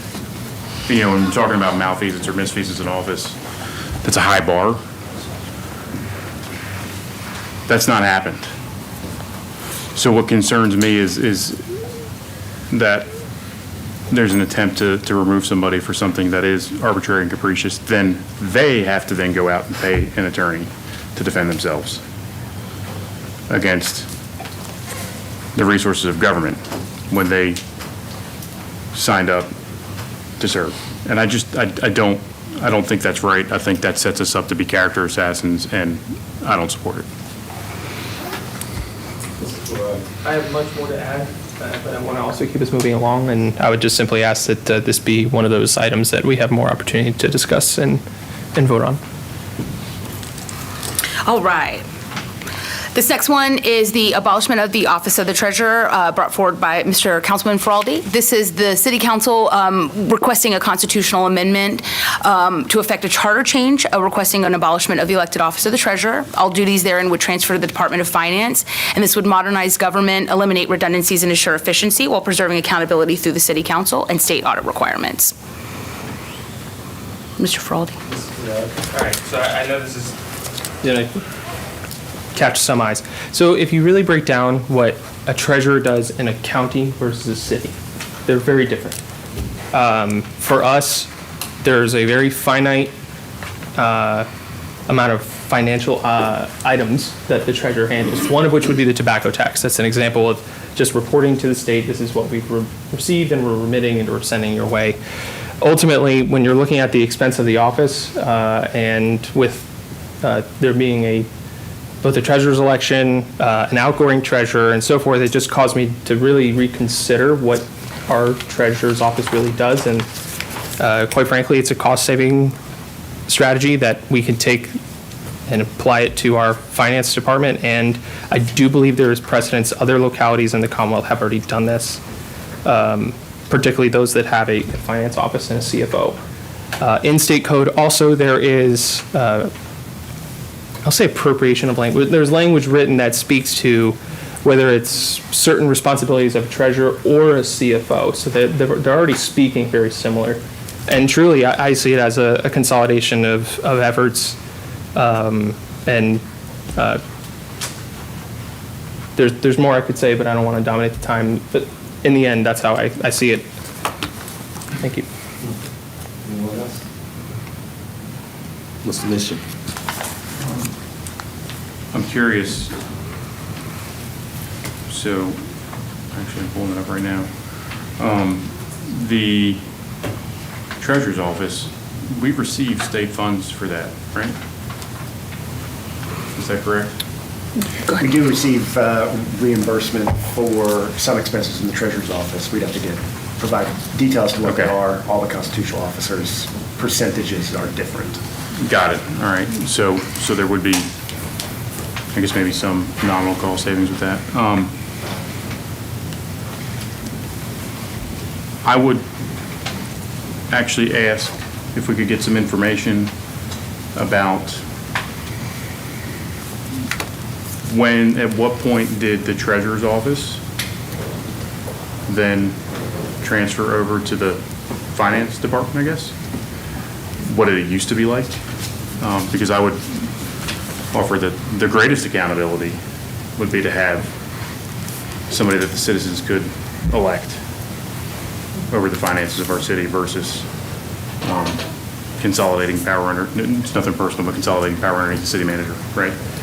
And I think that that would promote a greater check and balance system. So I'm curious to see if, was there ever a time when the finance department actually felt underneath the treasurer, and what kind of Can you clarify what you, so whether if the finance department was under the authority of the treasurer is what you're asking for? Correct. I wrote that wrong. Got it. Just a second. Yeah, I think it would be interesting to know the history of that position and how that kind of has become what it is. Does that make sense? Okay. Mr. Manager. Thanks, man. Mr. Missions, to your point, this is early on when I first arrived, because part of my professional history, I actually worked for a treasurer. Was in-house counsel for the Chesapeake treasurer. And when I first arrived, what I will tell you, and again, we'll get you all the history here, at some point, the treasurer, him or herself, conceded some of the duties or responsibilities in that office to the finance department. Ab initio, meaning that they decided themselves. It was never a point at which it was underneath. It was that the certain responsibilities, excluding the current ones that Mr. Frawley mentions. And that's what I remember, at least as you learn as you arrive, but we'll have a much more detail. When that was and why it was, we'll have that for you. But that's what I recall in speaking to Mrs. Witt about, because I too, when I arrived, wondered certain elements or aspects that are in there that are not exemplified in other areas, and there was a reason for it. And that was I think, a concession made by the treasurer himself.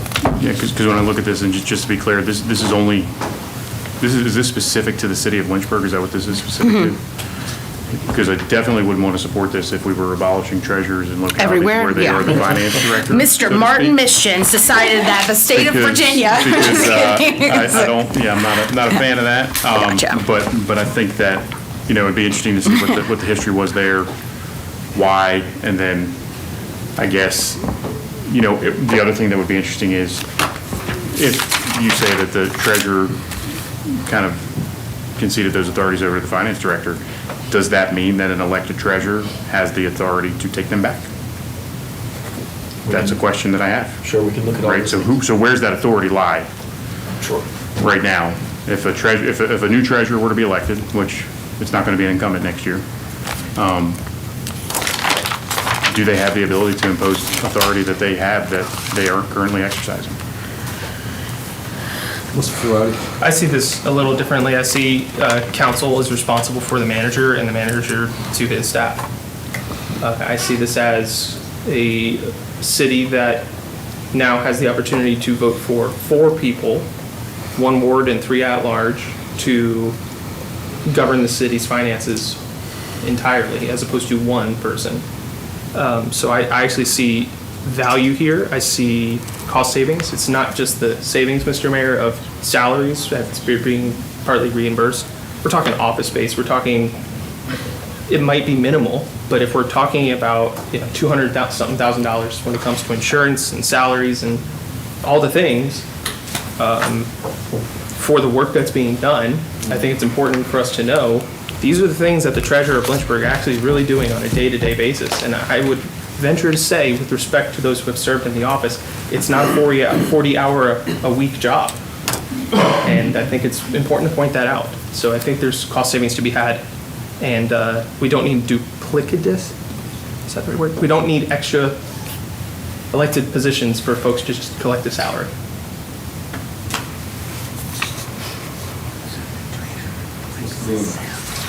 Quick question. Would this require the opening of our charter? Yes. Okay, so my concerns that I stated previously are when we open that charter, depending on the political winds of the time, it can be dangerous. My political philosophy kind of kicks in on this one, so that's why I'm opposed to it. I think government is best when it's closest to the governed, and any additional layers between the citizens who vote and the constitutional office or the director of finance, there would be at least a couple layers more added into the process that I think would disempower the citizens of Lynchburg. I don't want to be part of that.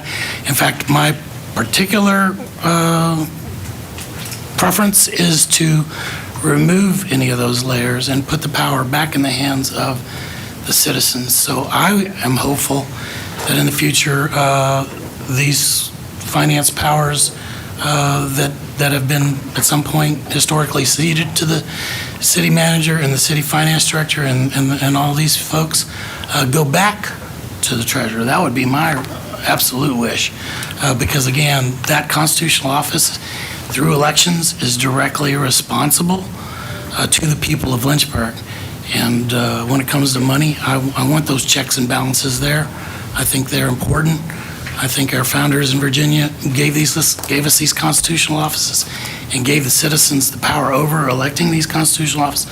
And any change in direction where we get away from that, I'm philosophically opposed to. So.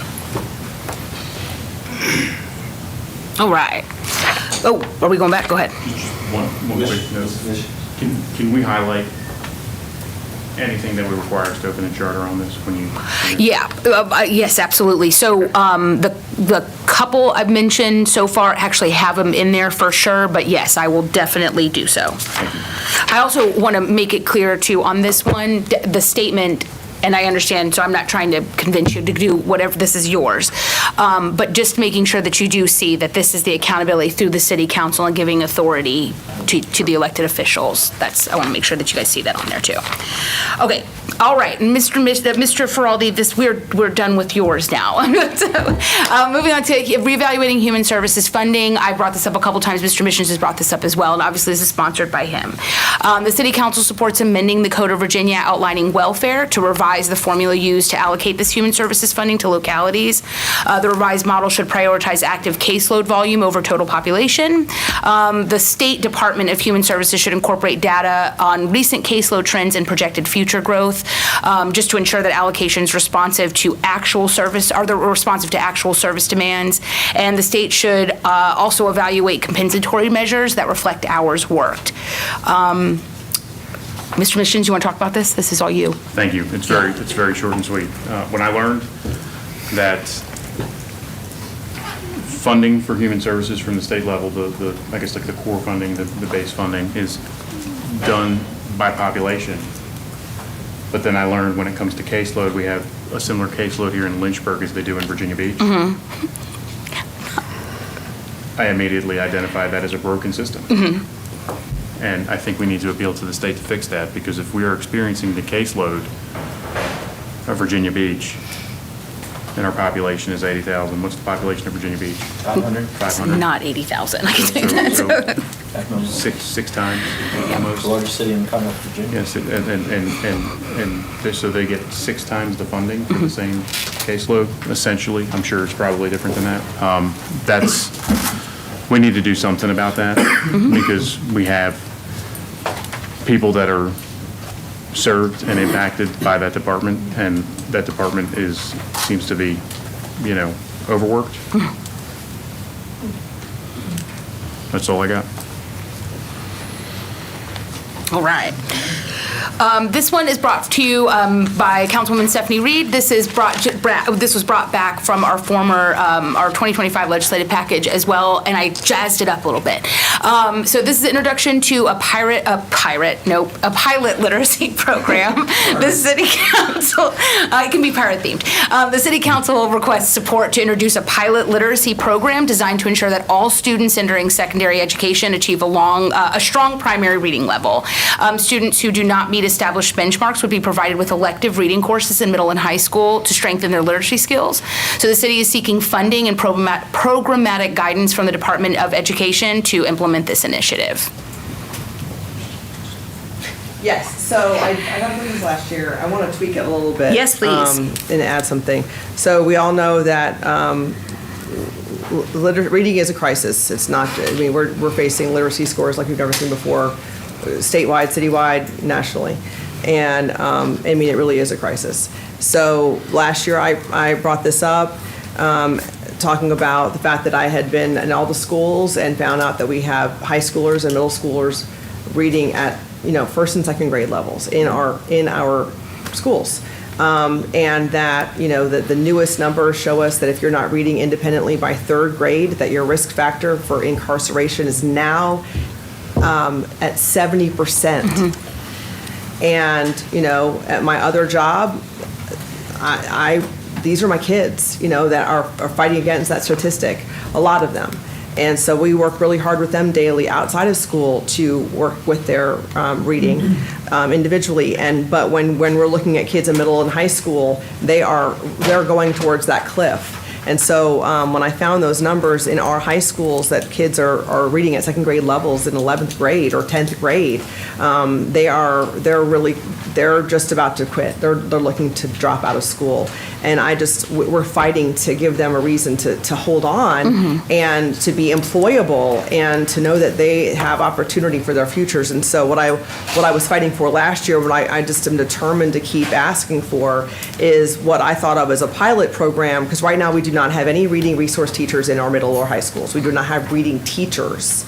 I would like full-time reading teachers in our middle and high schools. And what we would do is we would test all of our students coming into the middle schools and high schools, and if they're reading at a significantly lower reading level, they would be mandated to take full-time reading every day as a full-time class instead of an elective. And we would just work with them every single day for every year necessary until we can get them to a quality reading level to help them. They're owed that in our education system.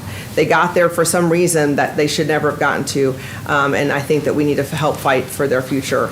And so that's what this pilot program would really be for. Now, obviously, a pilot would be for a temporary period of time, and so I understand that this funding would be for short-lived, but the goal would be that we would prove it's necessary, and that the state needs to understand that this is not just happening in our city, it's happening statewide, and we've got to prioritize, because if a child cannot read, they're not employable. If they're not employable, they're going to do one of two things. They're going to either, A, have to commit crime in order to provide, or they're going to be leaning on social services for life. And we, the taxpayer, pay for both of those things. It's $60,000 a year to pay for one person to be incarcerated. And in order for them to be incarcerated, they're going to have to victimize somebody. And so we are the victims of that.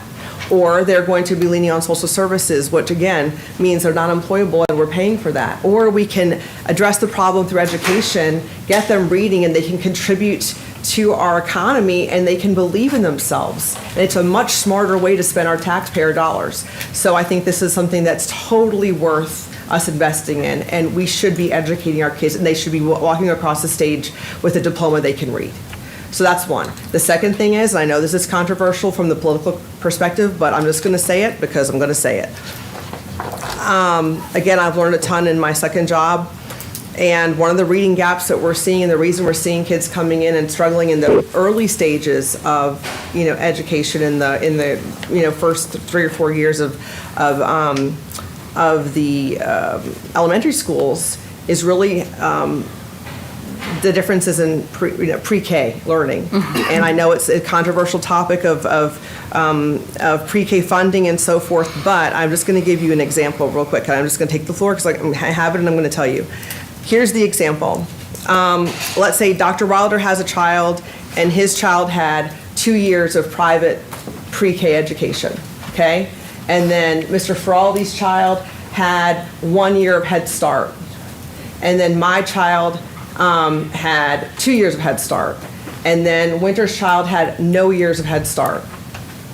And they all start kindergarten on the same day. They're all starting kindergarten with a completely different experience in LCS. All of them.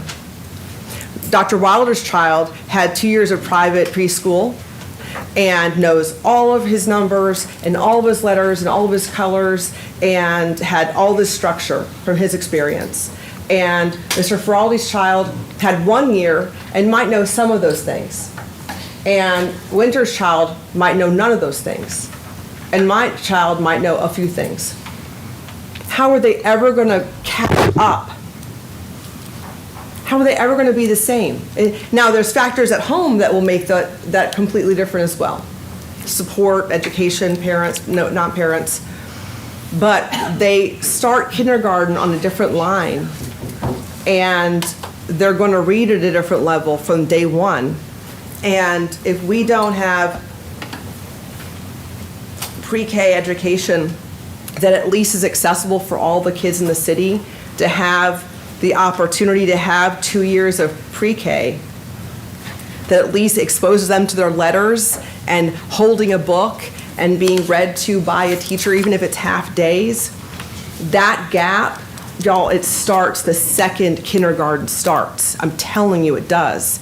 And it's not to the child's fault. So again, it's taxpayer dollars either way, and if we can tackle that, and we can say, we in Lynchburg are going to say, we'll support a pre-K education program that feeds into all of our elementary schools with the same curriculum, and we're really going to tackle this head on. It's a smarter way to invest our taxpayer dollars on the front end, because otherwise we're going to pay for it on the back end in social services and in the jail system and in our juvenile detention center, and it's the same kids. So I would like to add on that I would love to see us fund pre-K programming that feeds into all of our elementary schools. May I ask that be a completely separate one, or how does everybody feel about that? I mean, I didn't put it before, so I don't know how people are going to support No, it. this is your time. This is yours. What's the mission? I think in concept and in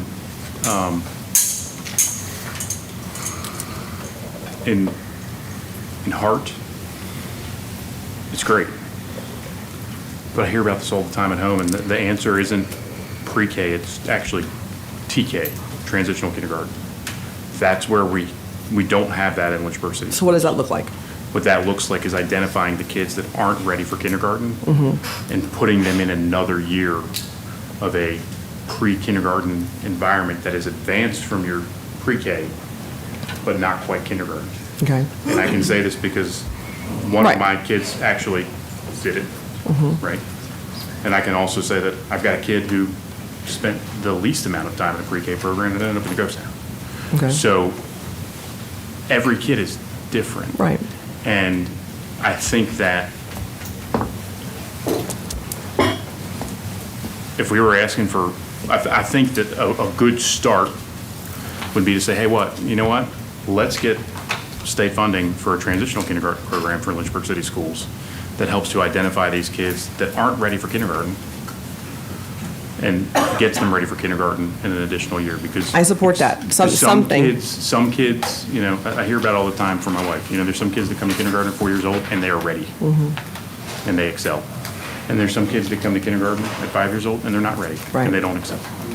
And it's less of a cookie cutter approach and more of a, hey, let's find the kids that aren't ready and see if we can come up with a way to get them ready for kindergarten. If that makes sense. I mean, I think that's an excellent idea. I just think that that's what we need to be looking at, is if we can address something and get funding for it to help them get ready so that when they start, they're at a better baseline together, because that's where the reading gap starts, is that day one of kindergarten, and that once they start being behind, it's like it's so hard to catch up. But I don't think it's a cookie cutter to the amount of, because there's kids that show up that have no preschool and they do great.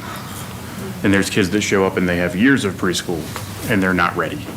And I think that it needs to be kind of a more targeted approach to identify the kids that really aren't ready for kindergarten and figure out how to empower the school district to then go to those parents and say, hey, look, your child's really not ready for kindergarten. Would you accept this alternative to get them ready? Does that make sense? Sure, I mean, we can put something like that together, but I think either whatever we call it is, as long as it is addressing prepping them for kindergarten with the idea of literacy being the focus, so that we know on day one of kindergarten that they are ready for the curriculum that it exposes them to, so that they're ready for their letters, they're ready for that, and that we're really prepping them for success. I think that's ideal. And I'm all in for that. I think that a targeted approach like that would, one, it would be more efficient moving, into something new, and two, it would really help us identify the kids that really need help and focus on the kids that really need help. Yeah.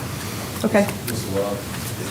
I think that's definitely important. It's definitely needed. I'd like to get some input from the school system to see what ideas and suggestions they have. I know there used to be some literacy grants and things of that nature, so I'm not sure where they are now with that. So I think it would be good to get some input from the city schools to see what their thoughts are and what other target areas they really want to concentrate on. Thank you.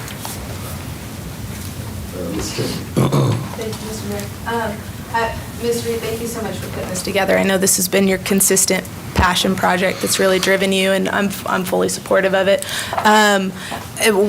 I do think that maybe the TK approach, and Dr. Wilder, of course, drawing from the school division and getting their input, but I'd be favorable to something of that nature as well. Thank you. Yes, thank you for putting this in again, Ms. Reed.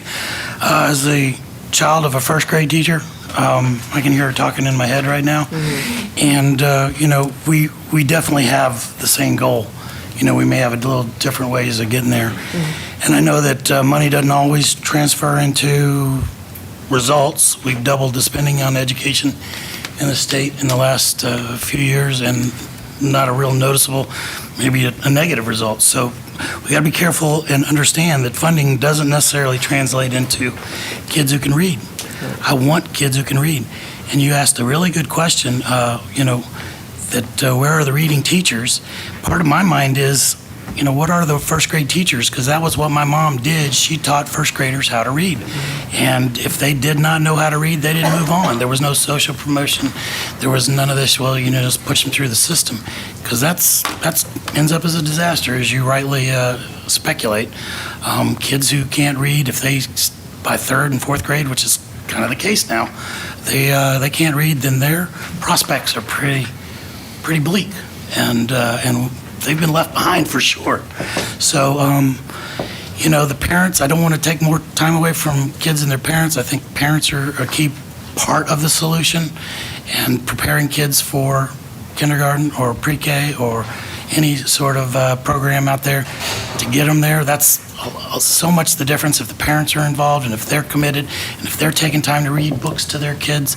I had a daughter who needed special comprehensive reading comprehension work to move on before she could get out of first grade, and it worked, and that was up in Chesterfield County. I don't know what we do in Lynchburg. I'm also interested in finding out what the Lynchburg City Schools have to say about this, but that's my input on it. It's a great goal, and thank you for doing it. Thank you. And just to touch on that, I think we spent a lot of money. I'm not sure it's been spent the right way. And I think that's the issue, is we got to reinvest it in the right places, because the numbers are showing something's been done wrong, and the kids are suffering, so. Mr. Mayor, for clarification, I am we feel pretty good right now about the literacy program, but I am adding reading teachers, and then I will have a separate one that is addressing transitional kindergarten. Excuse me, is that what it's called? Yep. And with a targeted approach, and we're going to get some feedback from the school districts, and I will get all that back to you. All right. There's only 75 more of these. I'm just joking. And parents. 70. Parent involvement. Yes, sir. Okay. All right. No, really, we're closing out, I promise. We're at the end of the alphabet. This next one here, this is co-sponsored by Mayor Taylor and Councilmember Stephanie Reed. So this took just a lot to try to understand, and we're trying to gather a way in which to understand what you guys need and get something to the state that's doable. I'm going to say it that way. So this is amendments to close gaps around the use of marijuana, and it's specifically towards kids. The City Council would seek amendments to the Code of Virginia to strengthen protections for children by creating exceptions and enhanced penalties in cases involving marijuana in a motor vehicle. Two parts to this amendment: we would expand exceptions to include school buses and motor vehicles where a child's physically present, and to elevate the penalty when a child is physically present in a motor vehicle.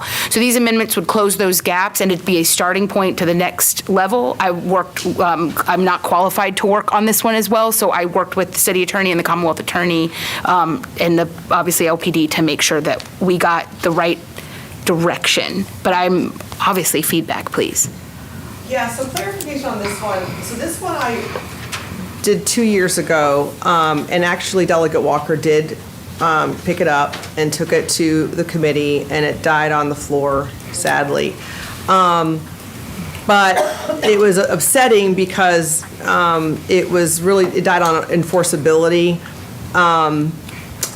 But here's the problem, and here's the reality. People need to listen, and I hope the news covers this. The reality is that we have kids coming into our schools and our elementary schools every day, and prove me wrong, that are high because they are in vehicles where their caregivers are smoking weed, and I have sat with a table full of doctors at Liberty University School of Medicine that told me that the weed today is 10 times more potent than the weed of 20 years ago, 30 years ago. So this is happening. People that want to challenge me that this is not true, prove me wrong. They are getting high based on this exposure in the cars. They come to our schools, they're high. And then they go into the classrooms. You can smell it. All the days I used to go to the schools and read to our kiddos, they would hug me. I could smell it on their clothes. Because there's no legislation in place for weed, when it was decriminalized, it was completely decriminalized. There is no abuse or neglect charges that can be placed on any caregiver for this. So these children who are not choosing to get high, at 6 and 7 years old or 9 years old in a car with their caregiver, just come to school in this condition, in this state, and then they can't function. And so people that will say, oh, well, there's a teacher is a mandated reporter, a principal is a mandated reporter. What are they reporting and who are they calling? There's no charges to be filed. That's why there's no mandated reporting. It's not considered abuse or neglect, so CPS doesn't get called. And what are they going to do? So these children sit there day after day. They cannot learn. They cannot function. There's no one to report it to. So while, yes, it'd be great for this certain amendment to be made, and we could say we could enforce a person being pulled over if they had a reason and cause to first be pulled over. So this, in order for this piece to be enforced, you first have to be pulled over. And then if you were suspected on driving under the influence and a child is in the car, and then this could be, what's the word I'm looking for? Right, child endangerment. But it needs to be beyond this, you guys, because I want to add to it that then a child, if a child comes into school and there's proof that they have been exposed to marijuana, that the caregiver can be charged with neglect or abuse. Because right now, if a child is being exposed to this daily, they're not learning. We already are showing that the SOL scores are low. And these children, and furthermore, when I sat with this table full of doctors, they told me that repeated exposure to marijuana for the developing brain and body is causing permanent nervous system damage, permanent brain damage, permanent lung damage. That is abuse. It is. This is not about socioeconomics. This is not about race. This is about a child's body, and we should be protecting it. So this should not be Republican or Democrat. It should not be about color. It should be about protecting our children. And everybody should be on board with this at the state level. Everybody. It shouldn't be an argument. But politics somehow came into play, and it was shot down at this committee level. It shouldn't. We should have bipartisan support on this.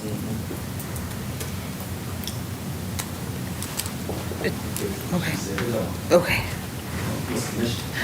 How are we enforcing, DWIs or DUIs on marijuana right now? Is that happening? Or do we know if that's, I see a police officer in the back of the room is smiling, could probably answer the question for us. So I can try to answer this question from my past experiences. When I used to prosecute cases that were DUI cases, what they would do is they would, if there was a suspicion that there was marijuana in someone's system, they would proceed through the implied consent law. If they met the requirements for that, they would do a blood draw. And as part of the blood draw, if the results showed if there was a controlled substance or marijuana in someone's blood, the Commonwealth's attorney and the police would make a decision as to whether to charge them with DUI. If the case was to proceed to trial at that point, they would need a toxicologist to be a specialist to speak as to whether or not the person that is being tried would essentially be under the influence or intoxicated at the time that they were driving. So that that's the process, at least as I understand it, when I was a prosecutor. And the blood draw is not done on site. We don't have anything that's done on site. It's done off site. Yeah, you can't. They got to do it at the hospital. So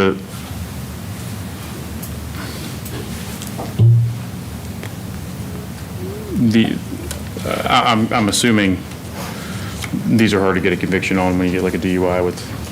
They can be. They can be fairly difficult. And So, spoiler, I got a phone call from somebody today asking to do a checkpoint on Boonesboro Road for specifically people driving while high. That was going to be my roll call item. But the, man, they really screwed up when they decriminalized marijuana in Virginia, didn't they? Yeah. And I agree. But it's also like, you know, we're trying to fight against something that some people are saying should be legal, and it just shouldn't be. So, you know, the recreational use of marijuana does real harm to people. And if it were me, I would offer that we should even look at rolling that back, maybe. I don't think it would happen, but I'd be in support of it. Well, I mean, thank you, and we put things in place when we realized that secondhand cigarette smoke caused cancer. We've put things in place where you can't do certain things around, you know, you can't smoke in public. We can do things to protect children. So it's just, we didn't think about the second, and that, you know, whether you agree with recreational smoking weed or not, there were second and third order effects that were not thought of, that now we're seeing that are harming people, specifically innocent children, that we all should agree to, regardless. You know? And it's not even that. I mean, second and third order effects. My cousin that I was closest in age with, second, third order effect of his marijuana use that he started when he was a teenager resulted in him committing suicide by cop. Right? Down the road. So that's fully familiar with it. Mm-hmm. And it's directly linked to his use of marijuana. And yeah, so what they told you about the marijuana being 10 times more potent, 100% correct. Mm-hmm. I've seen it. 20 times. Probably. And I support this, but it's also recognizing that it's hard when they're saying that it's safe and it's legal and it's, you know what I mean? Mm-hmm. I'm just saying that. Marijuana is a starter drug. You know, you start here low and you graduate to the next big thing. So I think my big thing would be the smoking in the vehicles, yes, but adding to it, Mitch. So sorry, Matt has a really good idea, and it might help, but I wouldn't hear you first. It's just, so adding to the smoking in the vehicle, which I've been asking for a couple of years, is adding the neglect and abuse piece, because I was actually asked that by CPS, that piece be included somewhere, or, you know, an extra piece, that because it was useful to them, because they have many cases in which they would like to be able to have that as a charge in cases where children are being abused, and marijuana is a piece of it, and they can't use it because it's not illegal. What I was going to offer on the discussion of DUIs, council does, as part of this legislative agenda item, the ability to ask for a presumptive limit of marijuana in someone's blood as to whether someone is under the influence of marijuana. So in Virginia, you know, as I assume everyone knows, there's a presumptive limit of alcohol that if someone's stopped, if they test for it, then it's presumed they are or not, or there's no presumption that applies.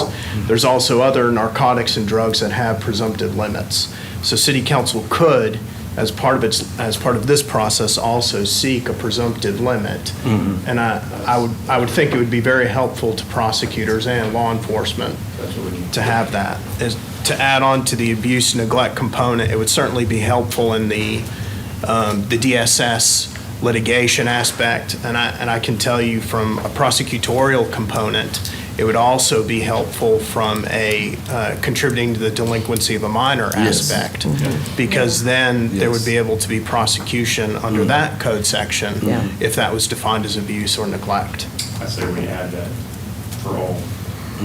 So I'm going to add abuse and neglect, presumptive limit, and the contribution to delinquency of a minor. Yes. And Councilmember Reed, you mentioned visibly exposed, child being visibly exposed to marijuana. Is there a piece of there that you'd like that to be added? Well, no, it would just be, if we can get that piece in there for DSS, then if it gives the mandated reporters at the schools. A tool. Then a tool. Perfect. Because right now, when the kids are coming in, they can't use that. Okay. When a child comes in with visible signs of, Inebriation. yeah, Okay, they can't really do anything about it. cool. All right. Ready? Yes. All right, this is brought to you by Councilmember Timmer. This is a reevaluation of the standards of quality for school funding formulas. So the City Council is supporting amending the Code of Virginia Standards of Quality to re-examine school funding formula, not unlike Mr. Mission's human services component. And just understand that we want to see whether they're distributing the funds equitably. Recent JLARC studies have showed some consistency, identifying in structural shortcomings in the Virginia education funding model. So these deficiencies would disproportionately impact the divisions such as Lynchburg, where higher concentrations of at-risk students and greater student services demands are there, but not adequately reflected in the formula. Ms. Timmer, it's yours, yeah. Thank you so much. And that was great. Essentially, currently, the school funding formula doesn't take into account wealth disparity. So one of the things that we're talking about exploring is an insertion of the Gini index. Essentially, what this would evaluate is, in Lynchburg, for example, if you have a highly wealthy area and then you have an area that is not as wealthy, it's taking into account the whole income and presuming that upon the municipality, and not reflective of the need within that municipality. So this would essentially just take that coefficient or the Gini index into account with the larger formula, hopefully, and would elevate Lynchburg's funding for Lynchburg City Schools from the state formula. Feeling good? Feeling good? Good. Okay, cool. All right, zoning for reevaluation for transitional housing. This was going back to the original conversation we were having about this Virginia state code. This one's just a little bit different in the code. It's not the same code, basically, is what I'm saying. So this would be a request brought to you by Councilmember Timmer, excuse me. The City Council requests an addendum allowing the locality to establish by ordinance restrictions on neighborhood residential reentry centers, community reentry programs, transitional housing, recovery residents, sober living homes, and supportive housing regarding drug and alcohol abuse support. And I threw this in there only to help support, but please, this is up to you how you want to see it, but just a radius of 10 miles around a school zone. It was part of my research there. No, so. thank you. And I'm open to different radiuses as well. In conversations with Delegate Walker, one of the main things we talked about is just the jurisdictional authority when it comes to zoning. In Virginia, we all know that municipalities have a lot of authority when it comes to zoning. In the case with the Mimosa Street halfway house, and we've all discussed this.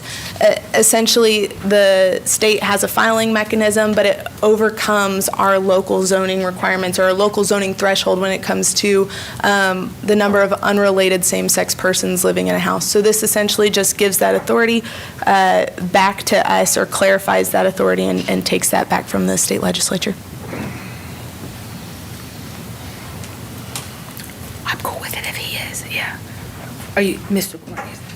Mr. Mitchell? Yeah. So, no, I appreciate this.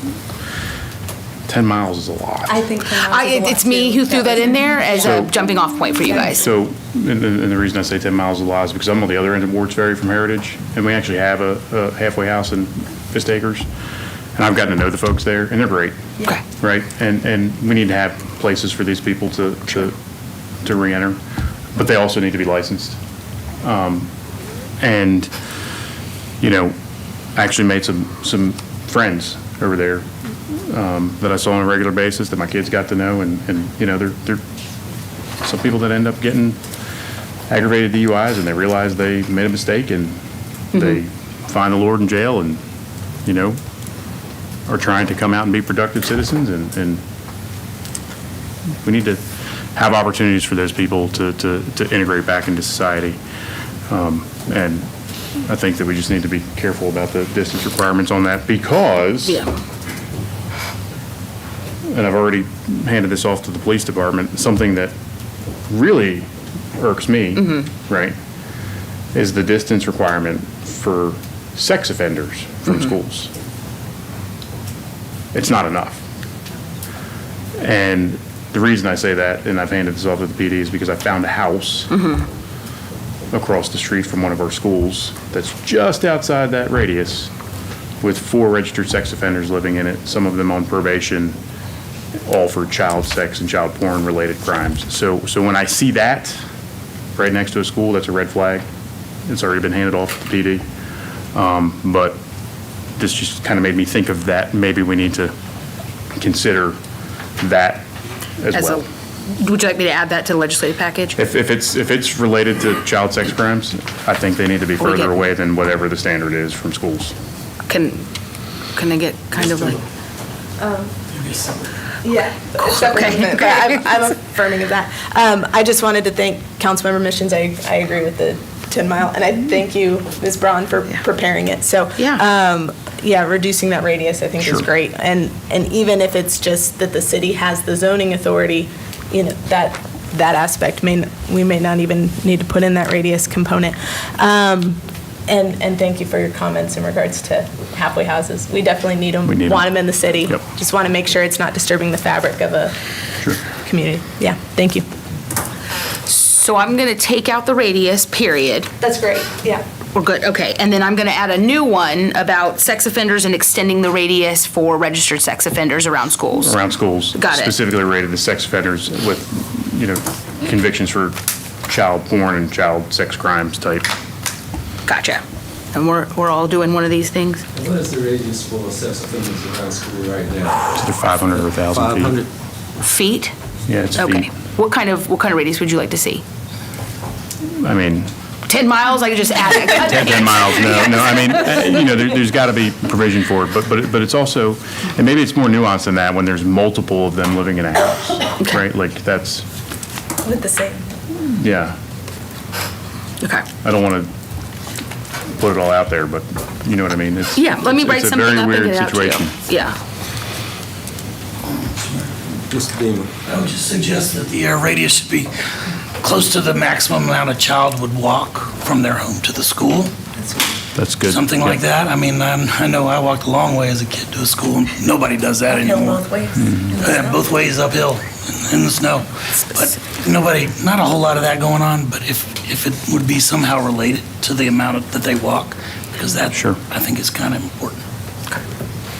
That's a good. Well, you got to be careful there too, because you got some kids walk from Buchanan Street all the way up to Dunbar. So you got people living throughout that area. I can show you guys the example. Yeah. I don't want to just put it out there up here. Cool. All right, everybody, last but not least, we've got addressing TDOs and ECOs. This is a familiar topic with you guys. The City Council is requesting amendments to temporary detention orders and emergency custody orders. Ms. Timmer brought this forward. This is allowing custody to transfer to the hospital security staff. Current law places significant strain on local police and sheriff's departments. This request would grant flexibility for alternative transportation and care and assist in the Commonwealth for its broader health goals. Go for it, yeah. When we're good with this one, I've got one thing to add once we're done with, if anybody's got anything after that. Mr. Timmer, this is yours. Thank you. It's something that we've all discussed as a concern and a need. I know Councilmember Feraldi's brought it up a number of times. I'm open to specific suggestions on how this could play out, but I think it's something that we should affirm that needs to be addressed at the legislative level.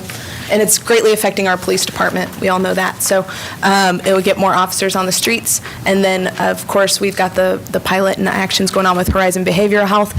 So hopefully we can put some long-term legs behind that. Mr. Ferrari. I'm certainly not opposed to this, so please don't take my comments in that direction. But I would say actually that the harder burden is on the hospital. My wife works in the ED, not ER. She loves chaos, and what she gets is not sometimes what she signed up for, if I could speak for her. Because sure, the officer has to stay there, and that's a burden on the police department, if we want to call it that. But I mean, now you're talking, there's a bed mandated by state code for this person who's in trouble is in the wrong place, not getting the services they actually need. So the real quandary I see here, indirectly of this, and maybe we can find something on mental health to put into this packet. The burden of resources on the hospital staff is exuberantly more than us having to put a police officer there for day in and day out for 3 days. And that is a lot, no doubt. And that needs to be addressed too. But I don't know if there's a way we can ask for that. I can say with the Crisis Receiving Center coming in the very, very near future to Lynchburg, that'll help our region out a lot in getting cops back on the street while giving folks in need the service they need, not just putting them in a hospital room to kill 12, 24, however many hours. So I don't have language, I don't have a thought, but I don't have a thought to write, but truly, I mean, the healthcare world is bearing the brunt, because when there's nowhere else to go, you have to take them to the ER, and the ER has a statutory obligation to take everybody, regardless of what's going on. So that means they're taking on everything. So for what it's worth. Ms. Timber. Thank you. Appreciate your remarks. I just say that these aren't mutually exclusive concepts, so I'd like to put forward my concept regarding law enforcement, and then I'd welcome if Mr. Feraldi has any additional suggestions regarding the medical side. That'd be great. Ms. Reed. So I know, I can't remember the name of it, so can someone remind me, what was the name of the building that the lighthouse put together? We were, I think, at the ribbon cutting that they built, that where they're taking people, is it like an intake building? Yes. It's a nonprofit that we can take in, basically people that are On waiting. Church? Pardon? On Church Street? No, this is off of Park Avenue. Is it? Yeah. So basically, it's kind of, it's so people that are having a crisis, they can go there up to a certain number of hours rather than going to the hospital. It's kind of like a holding place. But we need, ideally, that would be another type of solution, is more nonprofits, or more buildings like that would be intake facilities to relieve the burden of the hospital, to do just that. So it addresses the issue here, it addresses the concern for the police department, because you're having mental health professionals or counselors that are on the other side of that. It also, it's more things like that. So if we had more facilities like that, then that would be great. That's what Horizon. Yeah, they are. They are. Yeah, I mean, so it's what Horizon's doing. It's nonprofit support. It's it's everybody kind of working in conjunction to offset. Yeah. Oh, so that's everything I have. Mr. Mitchell. Oh, sorry. Thank you, Mr. Mayor. Just two things. I'd like to see the same, similar language to what we had for the modernizing fire programs funding that we had in last year, and then also the school choice language that was in last year. And yep, I got it. I can put those. Everybody's cool. I know you may not have seen it. I will deliver all that back to you. There, Mr. Missions is referring to modernizing fire programming funding, and this was basically making training more accessible, and the funding sources as well to go to the cities to go where they need to be. And then the school choice that the parents have an opportunity to choose where their child will go. Great. Tax dollars follow the child, kind of. Yes, situation. correct, excuse me. So I'm going to add both of those back. So next steps is, please, guys, any feedback. I emailed this to you the other day. I will get you guys all your updated notes. This will be in front of you on October 28th. We're going to ignore that third one and do these separately like you guys suggested. I like that a whole lot better. And then I'm really looking forward to representing you guys in 2026. Thank you. Right? Thank you. Yeah, this is great. Very good. Next we have is a work session agenda item, Lynchburg City Rules and Procedure. City Attorney. Yes, sir. Thank you, Mr. Mayor, Mr. Vice Mayor, members of council. So I'll just give our wonderful clerk of council just a brief moment to queue up, starting at number 9 of the draft resolution. It's section 4-1.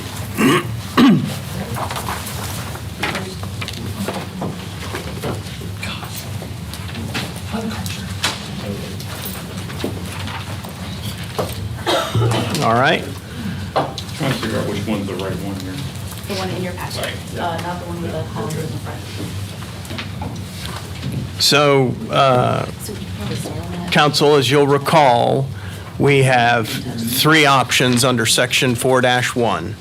So there's option A, which was proposed by Mayor Taylor. Option B, proposed by Councilman Feraldi. And option C, proposed by Councilwoman Timmer. So certainly I'll leave it to you all to decide which option you'd like to go with, or if you'd like a hybrid of the 3 or of 2, whatever you prefer. Can you clarify, because I'm not seeing A, B, or C.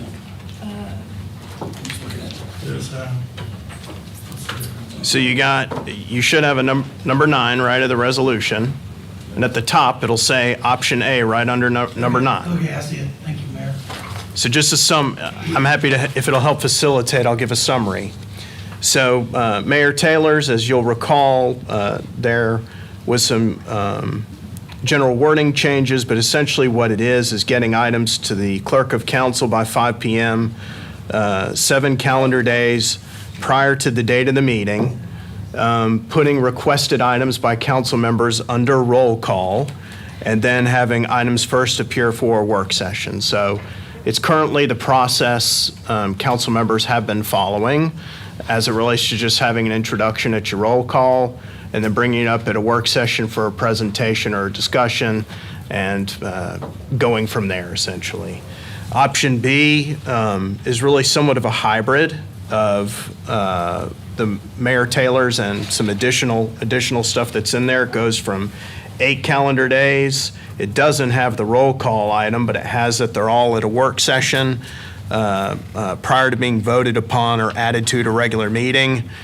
Additionally, I do believe there's a requirement here, and I'm happy to read it under D. It says the addition is approved by a 2/3 majority vote of the council and has been reviewed by the council at a council work session within the last 6 months or is a pressing matter that requires immediate consideration. The addition of speakers under the public comment section of the agenda are excluded from the aforesaid comments. Council members will use discretion in requesting items to be added to an agenda. It is desirable to have items listed on a published agenda. So this is the idea of essentially adding things last minute, having some ground rules as it relates to that. Councilwoman Timmer's request essentially has it to where same thing, 7 days, but it's got council members' request to place an item on agenda shall be deemed received at the time it is delivered to the clerk or her designee. However, if the request is delivered by email, then the request will be deemed received at the time it is sent to the clerk of council's official City of Lynchburg address. So instead of being received, it's sent. So that's the 3.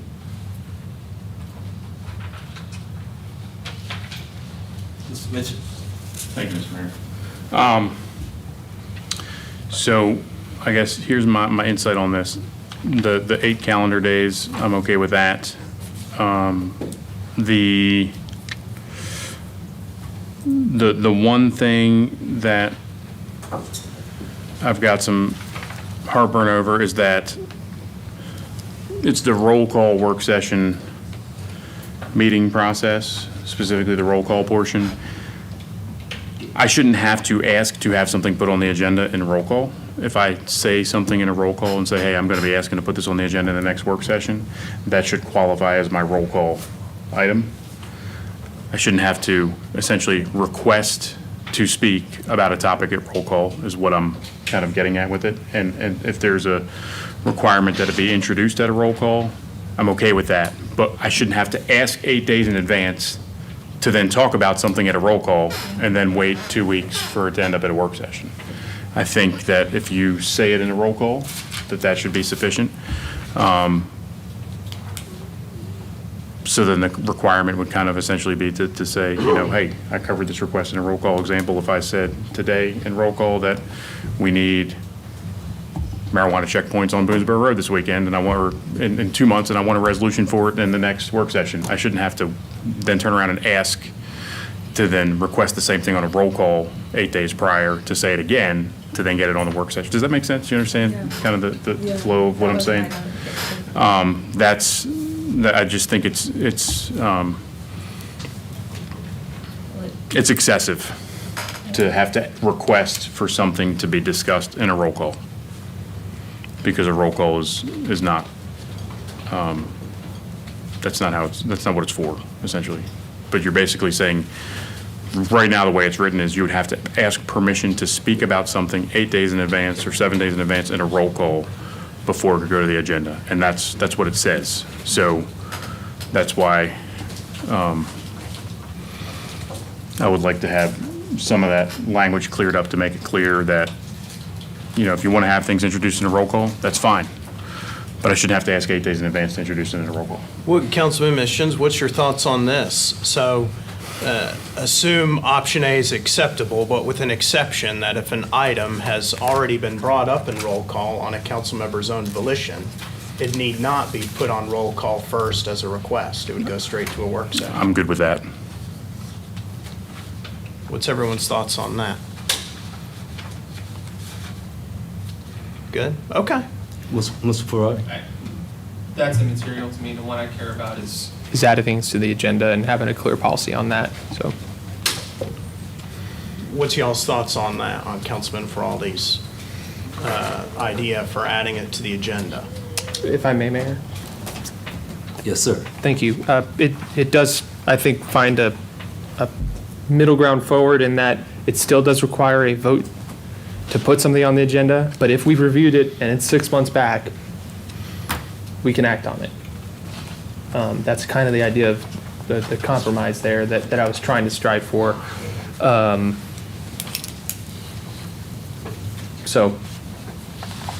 For example, there was an effort to put tax rate discussion on the agenda. Well, we had talked about it multiple times at a work session. And in that scenario, we'd be able to vote and put it on the agenda and vote on it. So like that's kind of the compromise that I was looking to find, and my colleagues have pointed out certainly there is a loophole, so I'm trying to fill that. Mr. Mitchell. Thank you, Mr. Mayor. So just to be clear, is this, we're talking about amending the agenda, correct? Is that what we're talking about? Yes. So what I was going to propose, if there's appetite from a majority for this, is maybe option A, with the exception, the roll call exception I talked about, but also adding Councilman Feraldi's language to D.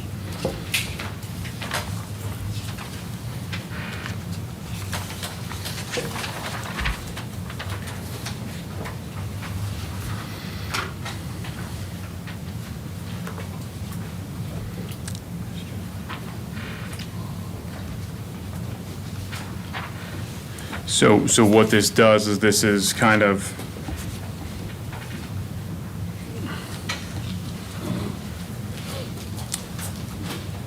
It means majority.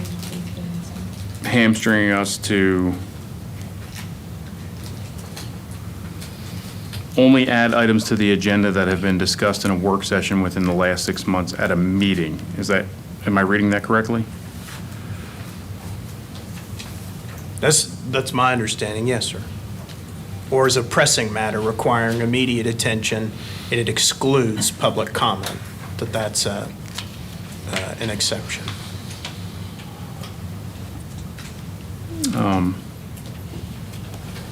So essentially what we're looking at is it's a supermajority requirement to amend the agenda, and it has to have been discussed within the last 6 months in a work session. I mean, the supermajority requirement I'm satisfied with to amend the agenda. I don't know if the 6 months is necessarily, necessary, because I guess the question is, does the supermajority kind of achieve the purpose without the 6 months?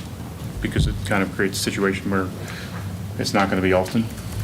That's a question I have. You're going to have to remember what happened 6 months ago. Yeah, Mr. Ferrari? Well, if there's a topic that comes up, I certainly will recall in the last 6 months.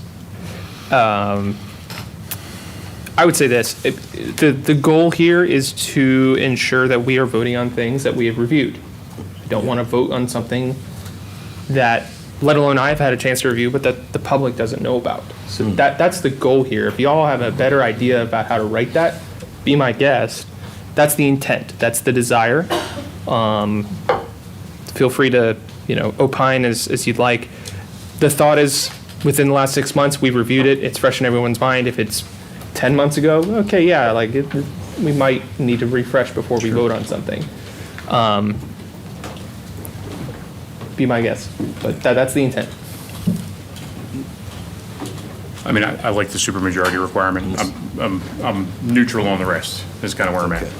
So what I'm hearing, so it sounds like there's an okay for the exception on the roll call that I discussed. Yes. And add section D, including the 6 months. Yes. Okay. I'm not super favorable to the 6. I'm sorry. I was distracted. Sorry, Mr. Mayor. Ms. Timmer? Thank you, Mr. Mayor.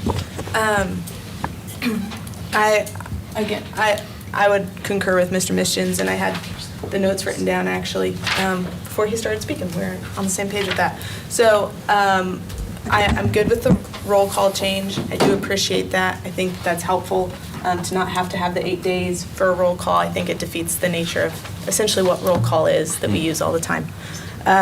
I think the rationale behind the 8 days that Mr. Ferraldi provided was excellent. That totally makes sense, and I appreciate that attention to detail. The supermajority makes sense to me as well. I think that should also apply to our rules. I saw that there's an effort to make that a simple majority. I think supermajority for agenda, supermajority for rules makes sense. And so we keep a supermajority for both.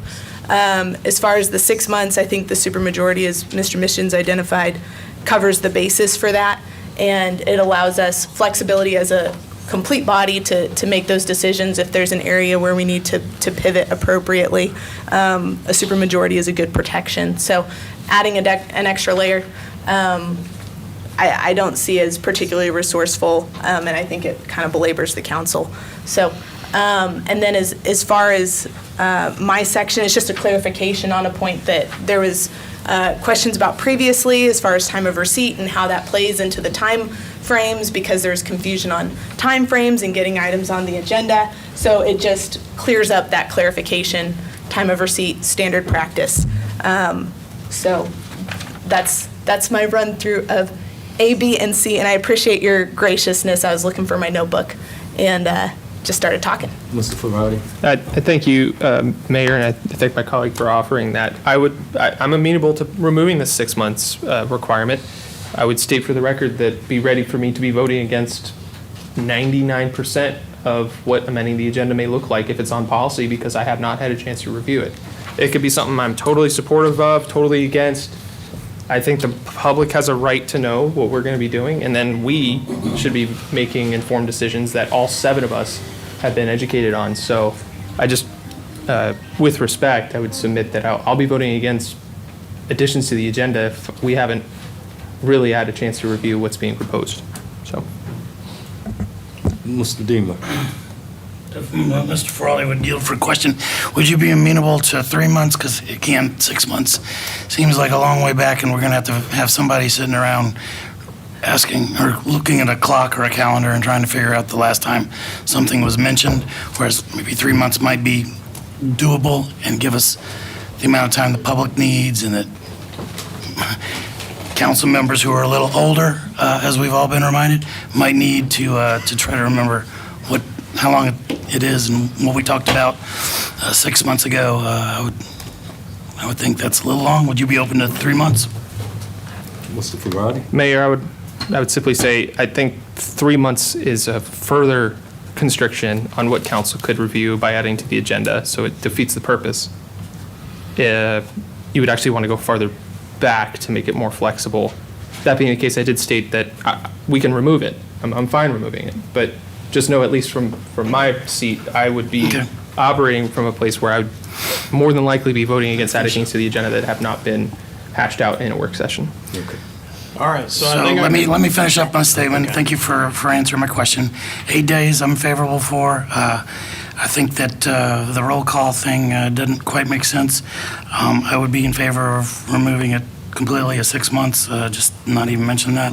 Anything that restricts us from expressing what we need to do for our citizens, I'm generally opposed to. So those are my opinions on those. I like the supermajority. Everything else I'm pretty good with, so. Ms. Timber? Thank you, Mr. Mayor. Mr. Frawley, I would just challenge your statement as far as that you'd be voting against 90% of what comes forward. I just think that's a large assumption as far as what could come forward in the nature of this. I'm not going to ask you to vote against something that you haven't had the chance to review. So I just want to put that before council that, you know, a supermajority is a really great way to confirm that doesn't happen. So I totally support your putting forward the supermajority for the agenda change, as well as, again, I think we need to maintain the supermajority when it comes to a rules change. So I just want to challenge that point, the assumption of the nature of what would come forward. A supermajority really does help check with that, and I certainly won't ask you to vote for something you haven't had the chance to review. Okay. So I think I got my direction. Yes. So I feel good with that one. Yes, sir. All right. So as you recall, we did number 10. Wait, I do have a question. So. Yes, ma'am. So can you clarify what you're Yes. doing? So what we're doing is option A, but we're going to add an exception to where it says where an item has already gone up on roll call, that it need not be put on roll call again when it's requested to be on the agenda. Okay. And we're adopting the proposed changes under Councilman Feraldi's option B under D, to where it has those 2/3 majority vote Okay. for adding items to the agenda excluding public comment. Okay. Thank you. All right, so number 11, that is 5-1.1, and I believe the proposed change is under B. So the change there that's in highlight in red, again, that is a technical change.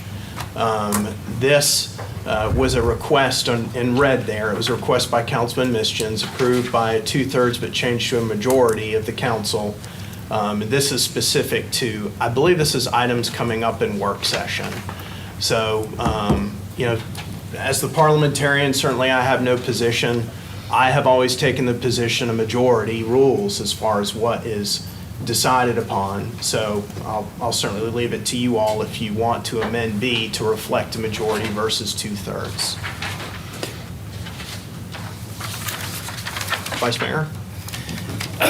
Mr. President? So I just think that, you know, this kind of, this is basically removing a requirement that we currently have to get a 2/3 majority vote to vote in a work session. But then the vote requirement would be a majority, so it, you know what I mean? So we have to get a 5-2 vote to vote, but then we only require a 4-3 vote to act once we get that 5-2 vote to vote. So that's really what it comes down to. Mr. Feraldi?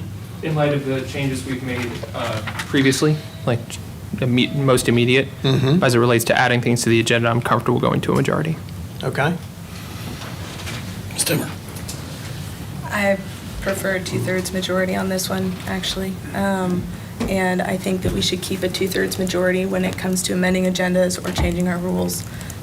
It provides consistency and clarity moving forward, and allows prevents some of those last minute changes or points of confusion. So I appreciate the rationale that Mr. Missions brings forward, but I would value a 2/3 majority.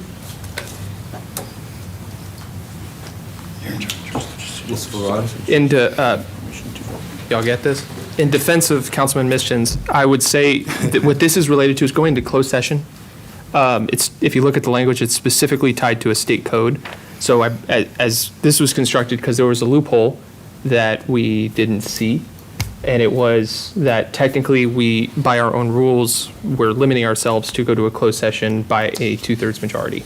So that's that. And then there was also, I think it's related to bids for property, that we exempted ourselves. So that's why it's a 2/3. It's not to add things to the agenda. It's strictly tied to closed sessions and bids ahead of a public hearing at a 7 o'clock meeting. So that's why it was, that's why it's designed. It's the way it's designed. So you're not adding anything into the agenda. You're not doing anything other than a closed session and bids, as I understand it. So a majority really is fine, at least in my book, unless I'm totally missing what the purpose of this section B is for. So what I'll clarify, and this will help me, so we're talking about two different things. So either adoption at work session or adding things at work session. So if we want this rule to apply to adopting things at work session, I need to take out that strike through where it says unless a motion to consider for adoption is approved. Mayor, if I may. Mr. Ferrari. I would only say that with what I just said, I believe the heart of this section is to be related to closed section and bids, not approving policy. If we wanted to, I would even say if we want to incorporate a way to amend things in work session, just to line it up for a final debate and vote at 7 o'clock, that's all well and good.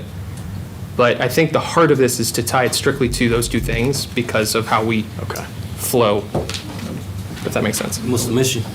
Just to clarify, this is about policy.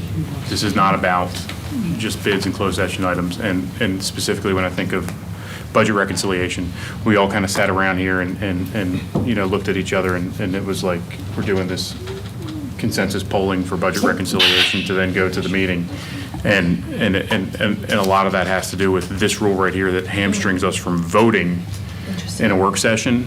And I think that, you know, if there's something before us in a work session that we should be voting on, that there should be a recorded vote, not the straw polling, not the, you know, trying to get consensus that it should be. You know, if we're in a budget work session and we're hashing out like, you know, let's remove this item, let's add this item back.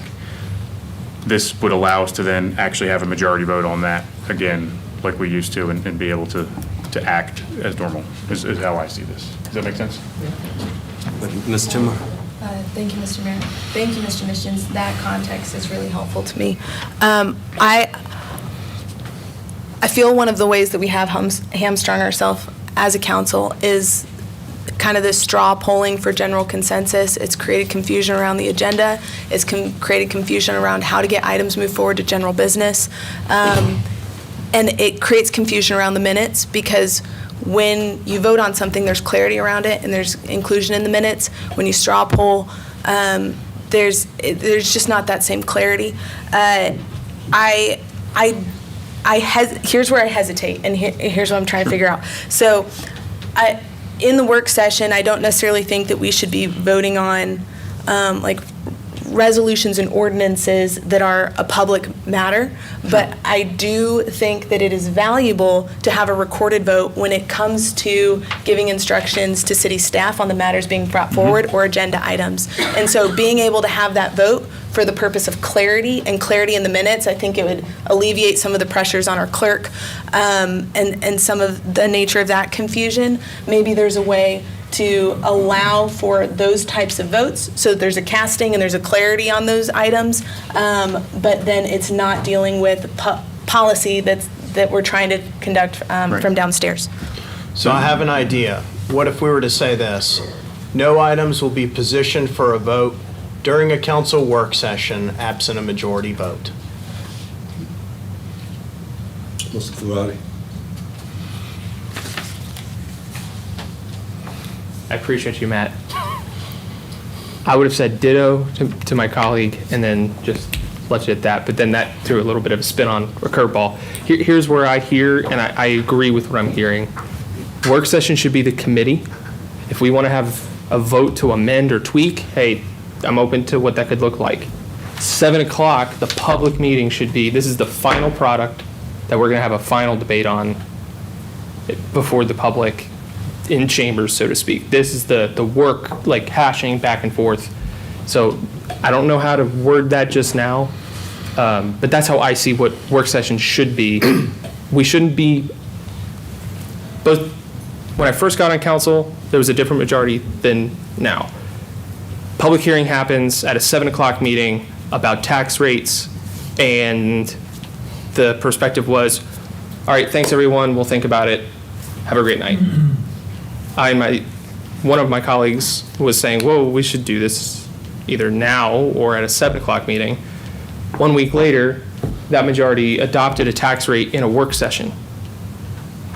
I don't think that's the appropriate venue, because this is where we're supposed to be hashing things out and working through things, and then you put it on the agenda, like the floor of the House or the floor of the Senate. Like, that's how I'm trying to promote this, is to say, like, this is where we should be hashing things out, and then you have a final adoption when it's ready, if that makes sense. I'm doing my best to describe it. I think, Mr. Mayor, I think I have something that kind of goes along with what Mr. Feraldi's saying that should speak to this. The big thing for me is budget reconciliation, right? When we're doing budget reconciliation, we should be able to vote. Yes, let's keep that patrol car. No, let's get rid of that lawnmower. Yes, let's keep that rain jacket for Kent White, right? Like whatever it may be, we should be able to, I was looking at you, that's why I said it. It wasn't singling you out. And that should just, there shouldn't be any of this straw polling stuff. It should be, we take, there's a motion, let's include this, let's take that out. It almost kind of takes us back to the way they used to do things with a list, if that makes sense. But I do think that we need to be able to vote during budget reconciliation, and those votes need to be recorded. Mr. Ferrari? I see these as similar but distinctly different. I think we're on the same page when it comes to general operation. In these rules, we're allowed to come up with a plan for how to engage circumstances as they come up. I think it would be prudent, as we go into budget processes, we adopt a resolution or something about how we're going to govern those budget proceedings. I don't know, but all I'm saying is this is different than budget, and I don't necessarily disagree that that's a bad way to do it. I know the manager historically does not support that concept. He's not here. I could go either way. On everything absent budget, I think what we've been talking about, we have agreement on what we're looking to accomplish. How about this? So- What if we say no items will be positioned for a vote during a council work session, except for, and then the motions to go into closed session, or accept bids related to that, or as otherwise approved by the city council? Matt, I'm happy to send something to all of council in an email to get the ball rolling. That's the opposite. Hold on. I know my colleagues would be able to respond. All I'm trying to say is we don't approve anything here, but you can amend and tweak. The final vote happens at 7 o'clock. Okay. That's what I'm going for. Like the final product. So maybe take off that last prong and just have those two exceptions for motion to go into closed session and accept the bids. I think that we're missing the mark. I'm happy to send something to get it lined up for the next meeting. We need to keep this moving. So. Yeah, we'll come back to this one. Is that okay? Yes, absolutely. Wait a minute. Mr. Trimmer? Thank you. And I'm glad we're going to come back to this one. I just want to reiterate my point because, Matt, that doesn't address, sorry, Mr. Friedman. I get mixed up with first names and last names when we go in and out of meetings. But it doesn't address the point that I'm trying to address, which is we just need clarity where it's not, well, and Mr. Missions brought up initially, that we need clarity when we're taking a vote or giving direction to city staff, and so that is recorded as a type of vote. And there are certain areas that falls under. It's not necessarily a policy area. So I think I got it. I would just like that to be included in the language that we're discussing in the next component. If it's struck down, it's struck down, but that's what I would like included in that, not just these two components. Thank you. Ms. Reed? Thank you. And I'm trying to, and I know we need to move on, but what I'm hearing, and I think, kind of where you were getting to, Mr. Missions, which I understand, and what Mr. Feraldi's saying and trying to incorporate is maybe, the direction of the staff plus being able to make, amending things for budget or whatever it is where we're, Can I interject if you don't mind? Sure.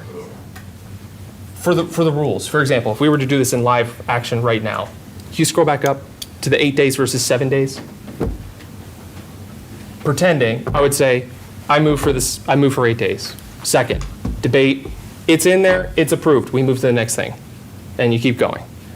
Then the final thing is slated for 7 o'clock in the month ahead. That's what I'm saying, if that helps.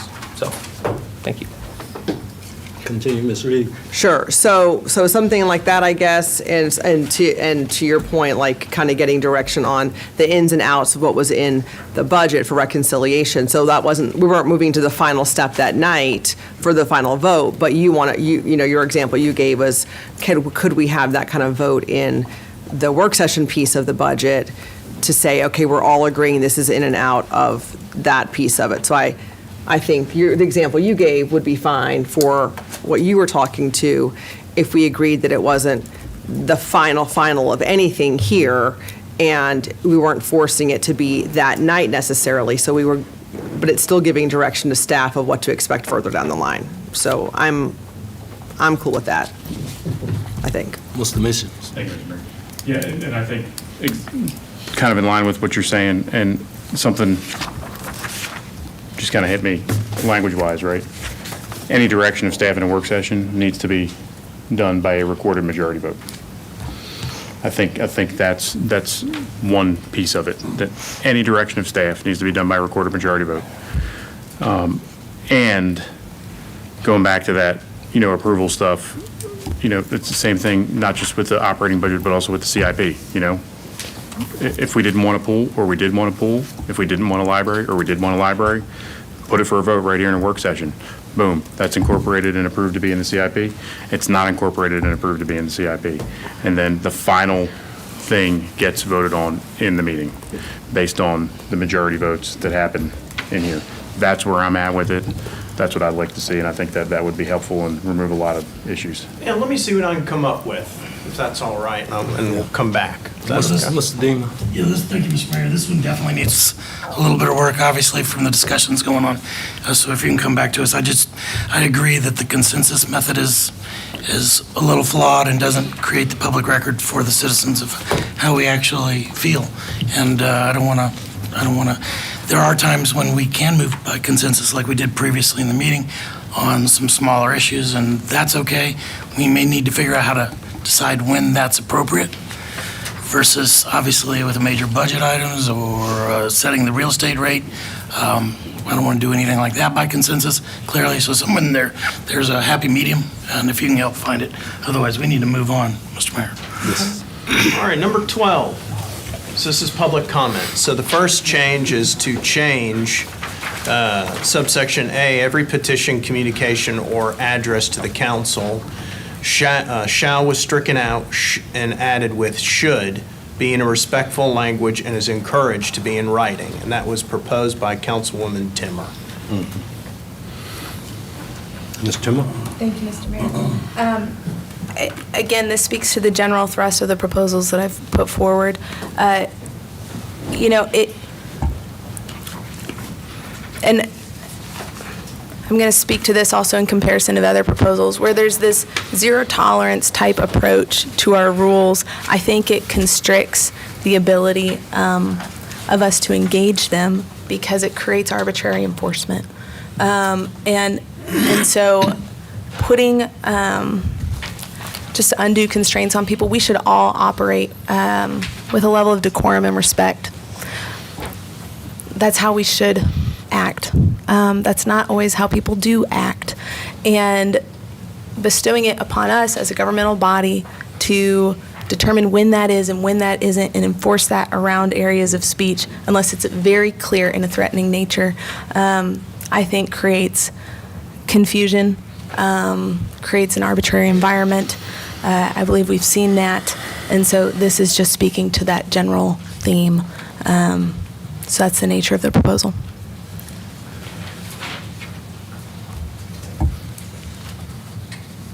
Any discussion? Oh, Mr. Ferrari? I disagree with the change. Anyone else?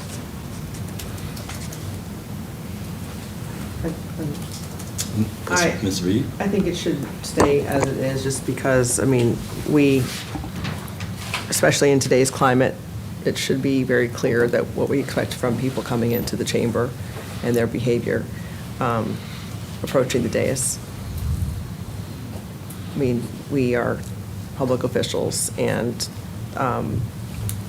while, yes, we should all be conducting ourselves a certain way, the people that are coming into the chamber and approaching us should be expected to conduct themselves in a certain way, address us in a certain way, treat the space with respect. You know, I grew up with a military spouse, and how many times he reiterated, you respect the office, not, you don't have to always have respect for the person, but you respect the office that they hold, right? Respect the uniform. Respect the uniform, that's right. And so I think it's very important that we make that clear. So I think shall is important here. Mr. Deemer? Mr. Mayor, thank you.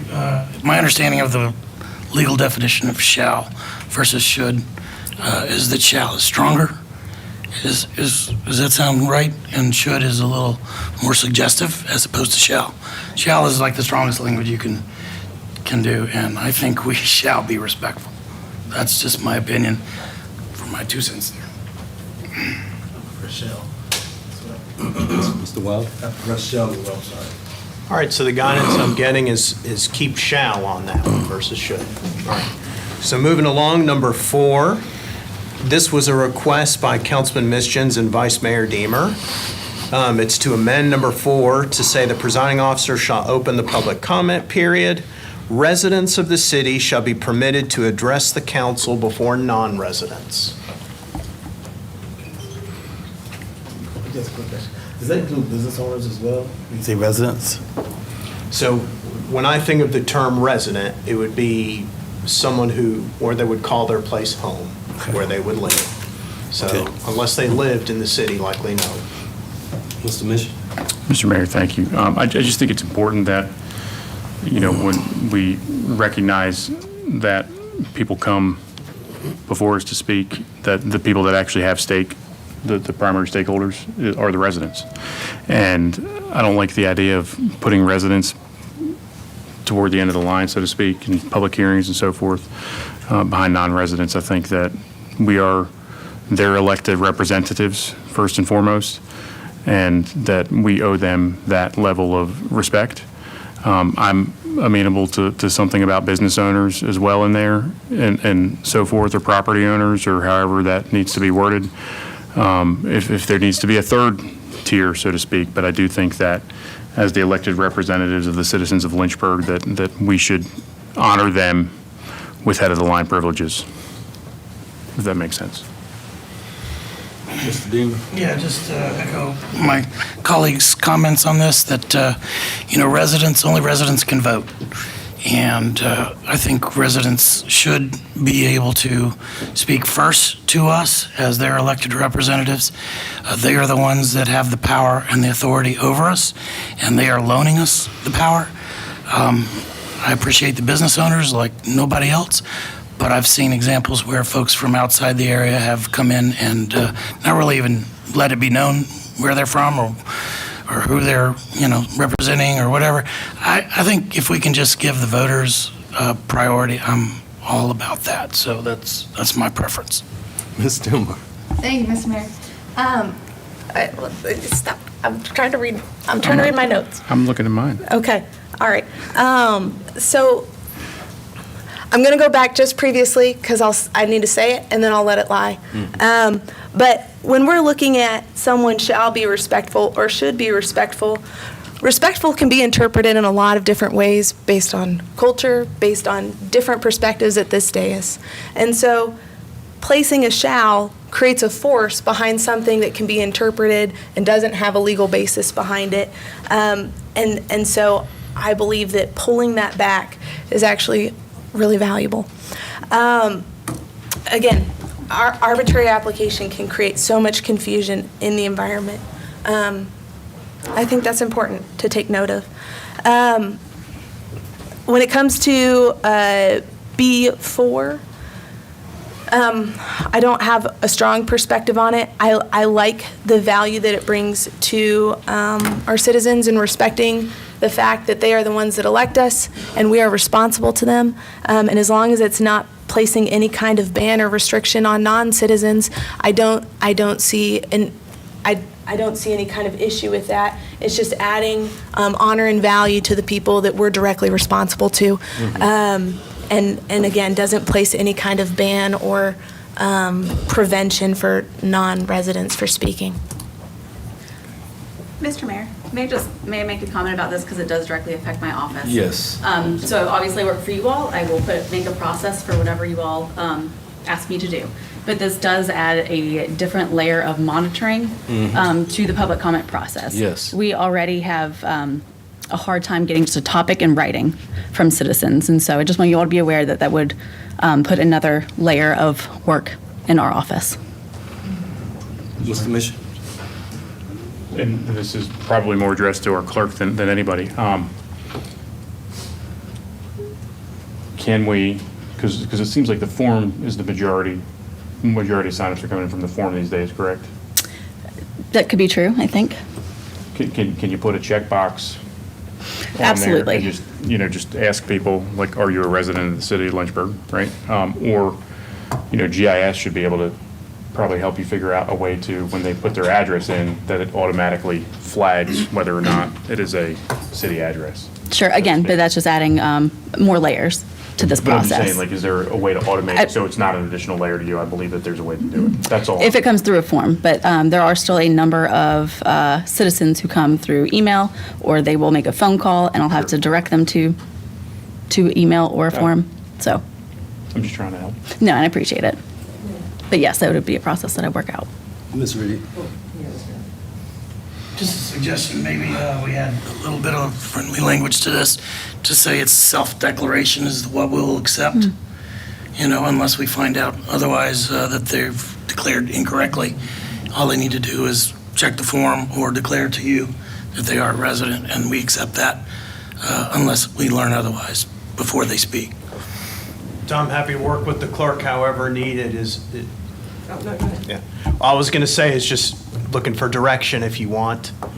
The residents, if you want to add an additional tier to say residents and business owners of the city, or just leave it as residents or exclude it. I don't think we've talked about adding business owners. I'm talking about adding Councilman a Mischins had. as determined by self-declaration sort of comment. That's my comment.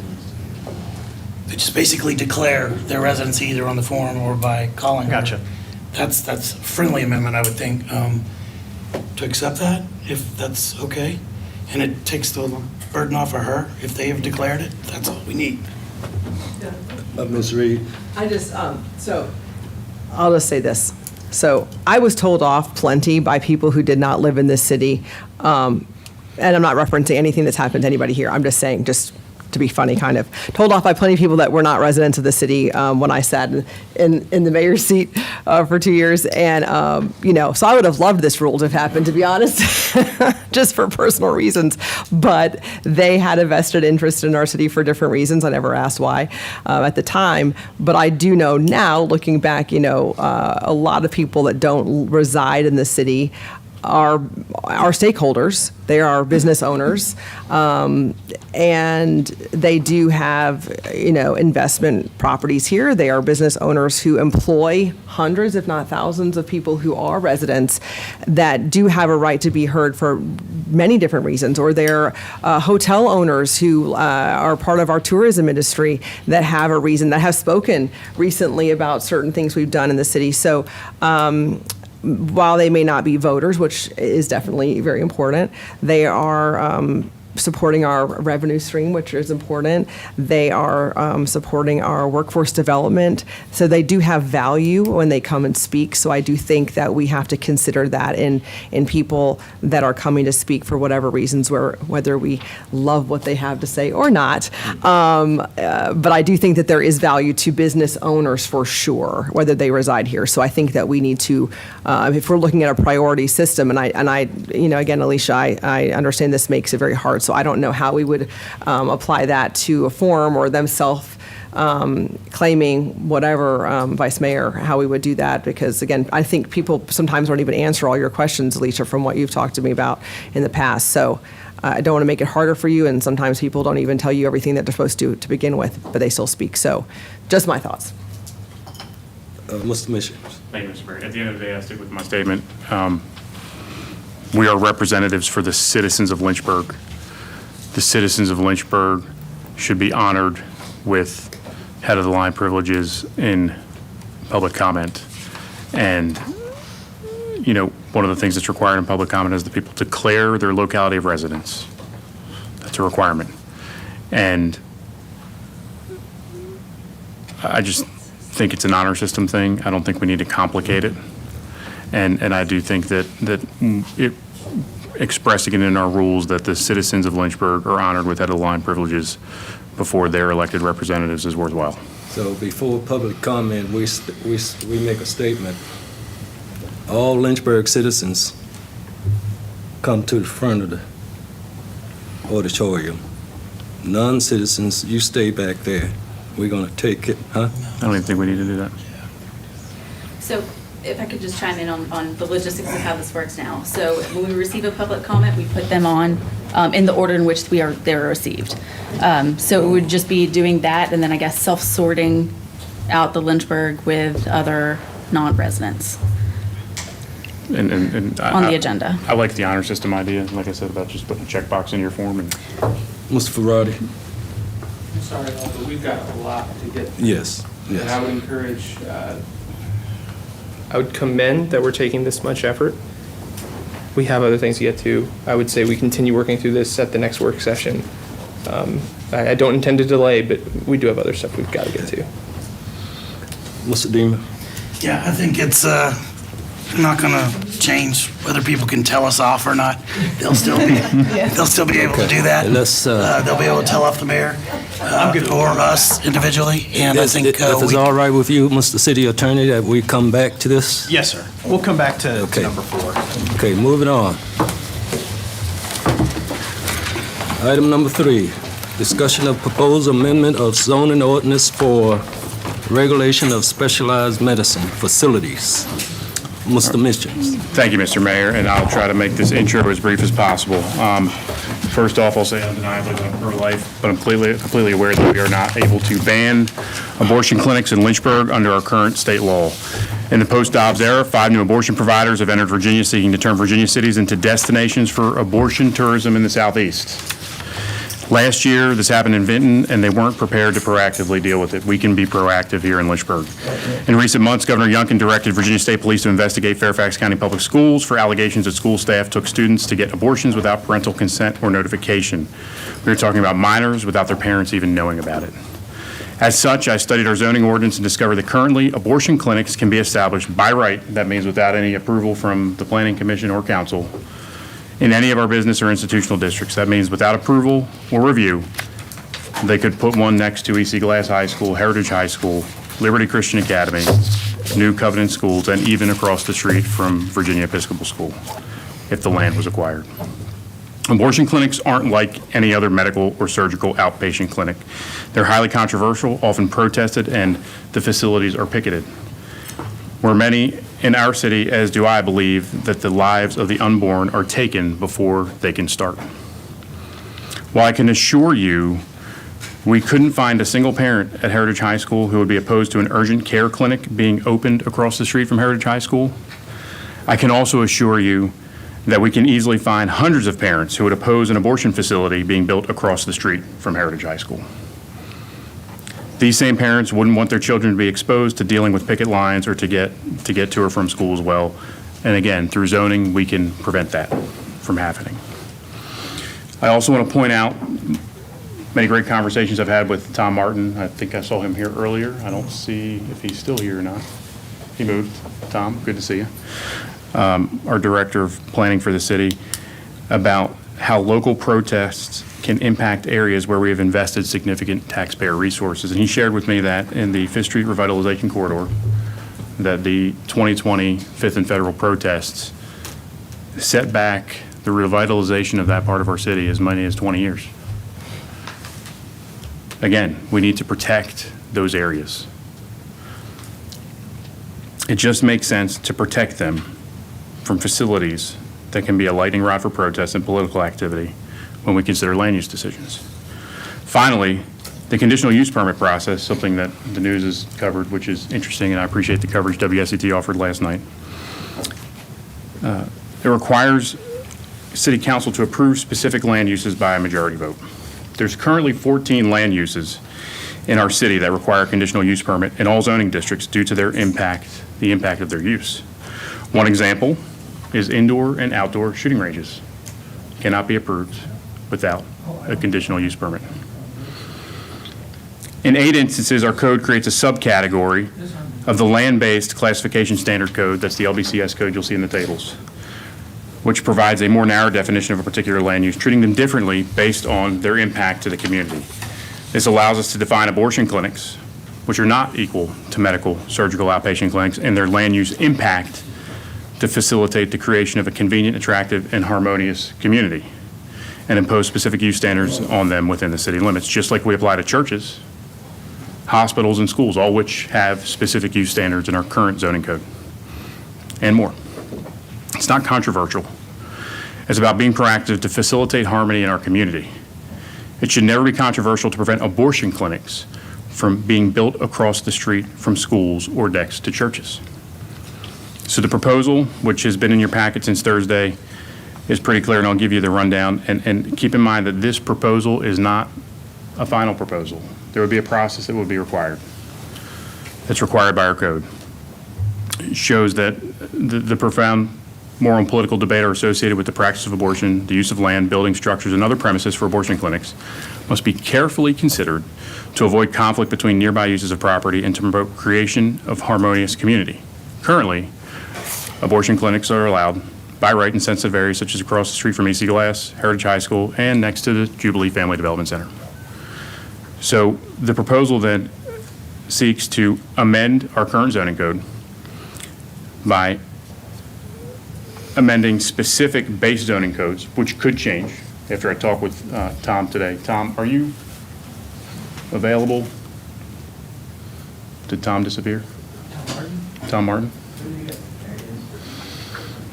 I spoke with Tom today about that, and this is a starting point.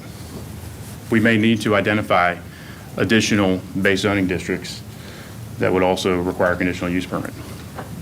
So the proposal does that. Then it also amends our specific use standards with baseline distances from conservation districts, low-density residential, all of our residential districts essentially, and our 5th Street Revitalization Corridor, historic districts, and the James River Arts and Cultural District. And one thing I think I'm clear about from my understanding of the zoning code, Tom, and you can correct me if I'm wrong on this, is we're given a lot of authority to protect those districts like historic districts, correct? There's a significant amount of not just taxpayer but private investment in those areas. I know because you work specifically in those historic districts, so you know about it, Mr. Mayor. And then it also makes it clear that abortion clinics wouldn't be able to be established within 1,000 feet of churches, other places of worship, libraries, public or private pre-K, elementary, middle, or high schools, public parks, children's museums, or daycare centers. And that the establishment of any abortion clinic is referred to here and shall include the opening of such business as a new business, the relocation of such business, the enlargement of such business in either scope or area, or the conversion in whole or in part of an existing business to abortion clinic. In order to get there, what we have to do is we have to define abortion clinic in our code. So there are amendments offered there. And for that, I would speak to Josh Hetzler, who's in the back of the room, and I don't know if we have another chair, if we can slide up another chair, Josh. I'd love to have Josh up here as well. Josh is with the Family Foundation. He's the general counsel for the Family Foundation, and I appreciate him coming here from Richmond.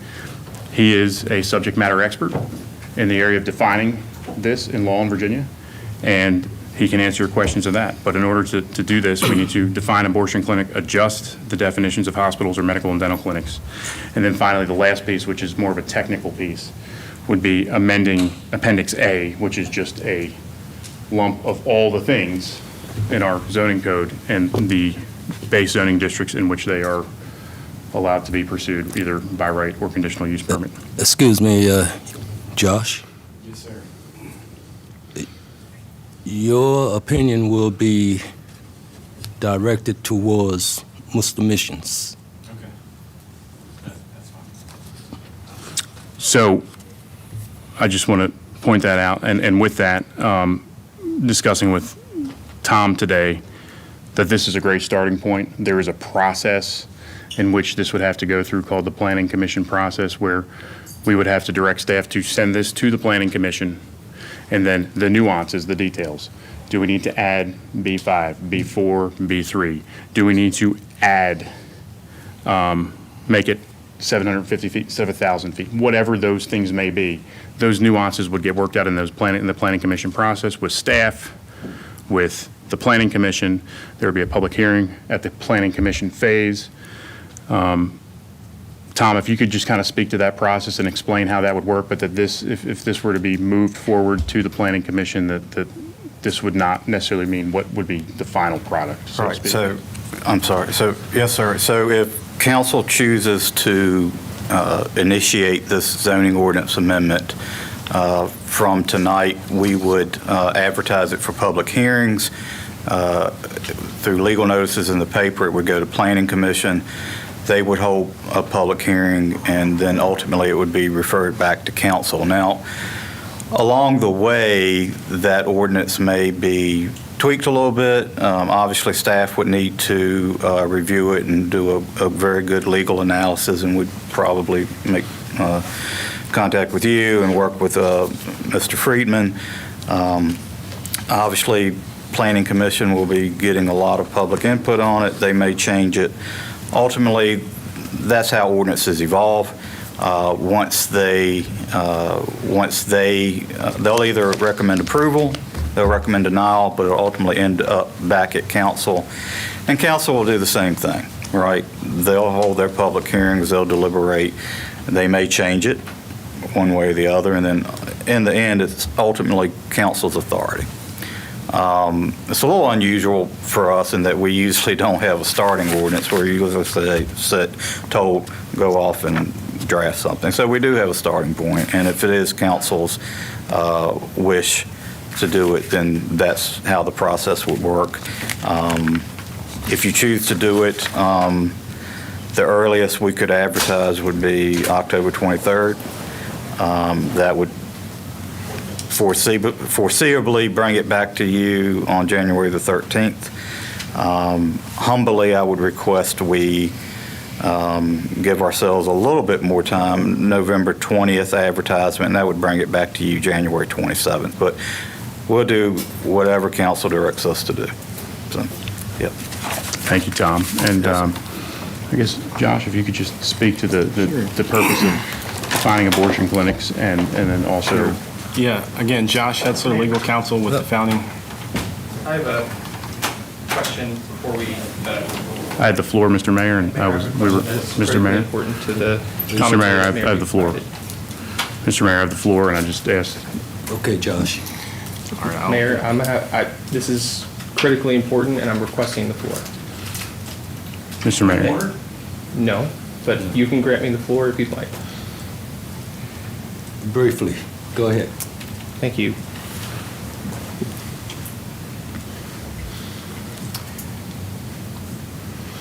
Mr. Hetzler, did you receive any documentation related to this conversation from any member of this council?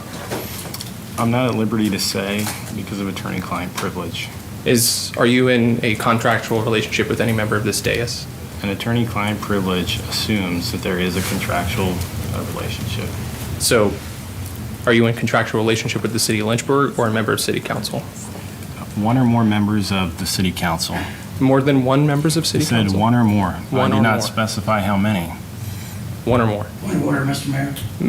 This is a relevant question. This is an actual point of order. Okay. Point of order. What's the point of order? We've got a guest who has traveled a long way to speak to us and was about to start, and this has turned into something else that I don't understand, but it sounds awful lot like an inquisition, and we need to be respectful to the gentleman who is here, who was a statewide representative of a very respected organization, the This is not a point of Family order. Foundation of Virginia. So the point of order is, he had the floor and never relinquished it, and he asked this honored guest of ours to speak. And I don't want this to turn into some inquisition of our guest. Mayor, this is not It's a point of order. I disrespectful, would like so to let's get continue. back to the person who had the Mr. Mayor, floor. I have the floor. Okay. So I need a ruling on the Thank you, point Mayor. of order. For the record, I'm going to submit, I'm going to let him speak for the record, for the record. the Let him city speak. attorney and I were working on an alternative solution to this topic. In emails, which said in bold, attorney-client privilege, do not forward. It had an attachment. The attachment was a resolution similar to today, although a different take. That, in a phone call you and I had this afternoon, you admitted to me, and please tell me if it's otherwise, you admitted to me that you had already read it. And the only people who received a copy of this email were members of this council and certain city staff. And so I now have questions as it relates to who on this dais may or may not have violated our attorney-client privilege. Because if this is going to be a critical item, which we should take up, I want to note for the record that we should take up. One or more members of this dais have now violated attorney-client privilege of the city of Lynchburg. And I think you should tread very carefully, because we have worked together Mr. Mayor, with Richmond on the point of path. order. Point of order. This He's is intimidating. threatening. No, this is not intimidating. This is I'm intimidating. directing him because I worked in the past with your colleagues, Victoria and Todd, and I think your organization's getting pulled into something that you're not really up to speed on. Please Mr. Mayor, speak very. point of order. Are we just going to let attorney-client privilege be violated? Because I take it as Mr. Hetzler has admitted that he has clients up here that he's in a contractual relationship with, as we're in working, we're Mr. trying Mayor, to this is put highly forward inappropriate. Am I going to keep getting interrupted, or can I finish what I'm trying to say? How long is it going to take you to finish what you got to say? How long is it going to be clear, Mayor, that we have a breach of trust with coming up with working papers with our legal counsel, because members of this dais that you do not hold accountable are violating the most sacred aspect of counsel and attorney relationship? That is my point. Mr. Hetzler is an upstanding man. I guarantee it, he did not know that that document was privileged. But one member of this dais or some member of staff sent it to him. I don't accuse him. He doesn't know. That's why I'm going to this extent, that one or more members of this council, again, have violated attorney-client privilege. And that's a big deal. And should be disciplined immediately. I'm finished. Mr. Mayor, thank you. What submissions you got your client,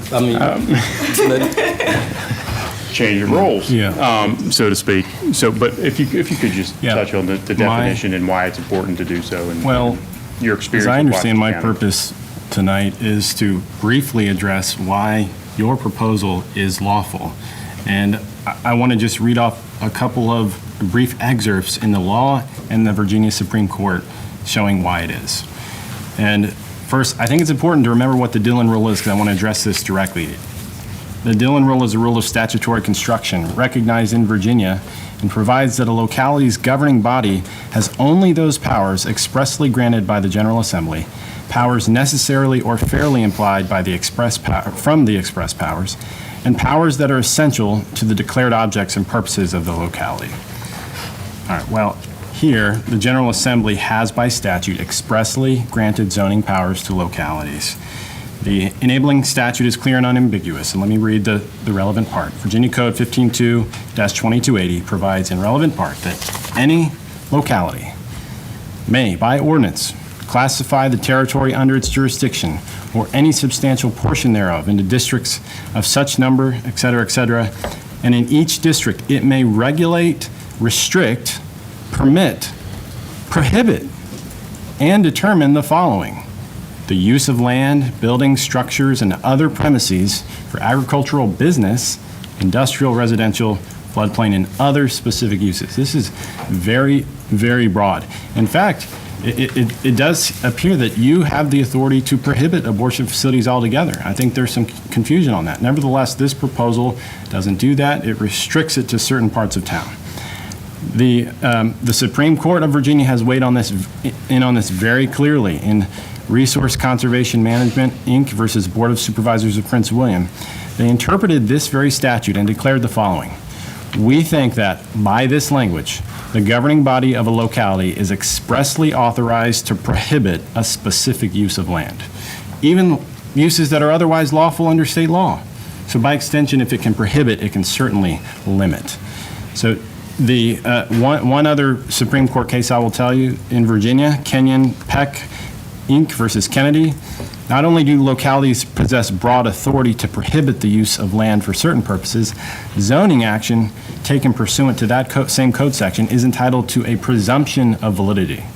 Now, I'm not aware of any other place in the law where we actually say the government has a presumption of validity, but here in zoning, you do.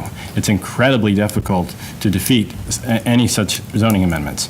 And here's what the Supreme Court said: the legislative branch of a local government, in the existence of its police powers, has wide discretion in the enactment and amendment of zoning ordinances. Its action is presumed to be valid, so long as it is not unreasonable and arbitrary. The burden of proof is on him who assails it to prove that it is clearly unreasonable, arbitrary, or capricious, and that it bears no reasonable or substantial relation to the public health, safety, morals, and general welfare, all of which Mr. Mischens pointed out many of those reasons before. And finally, the court will not substitute its judgment for that of a legislative body. And if the reasonableness of a zoning ordinance is fairly debatable, it must be sustained.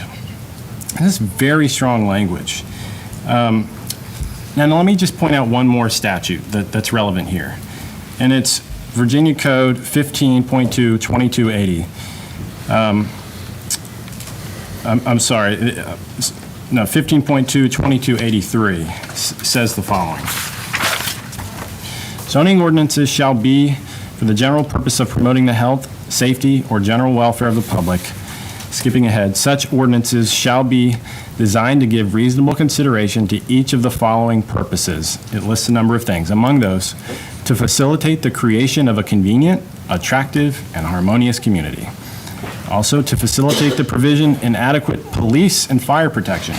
You may not know that these clinics often have increased police presence because of all of the commotion that happens. They also have increased EMS and fire presence because of the number of emergencies that are called. So facilitating that provision of adequate police and fire protection would be a legitimate reason. Also, to protect against one or more of the following, including loss of life, health, or property. So there's a lot of, there's broad authority under the Dillon Rule to do this. The Virginia Supreme Court has made that absolutely clear. The statutes make that clear.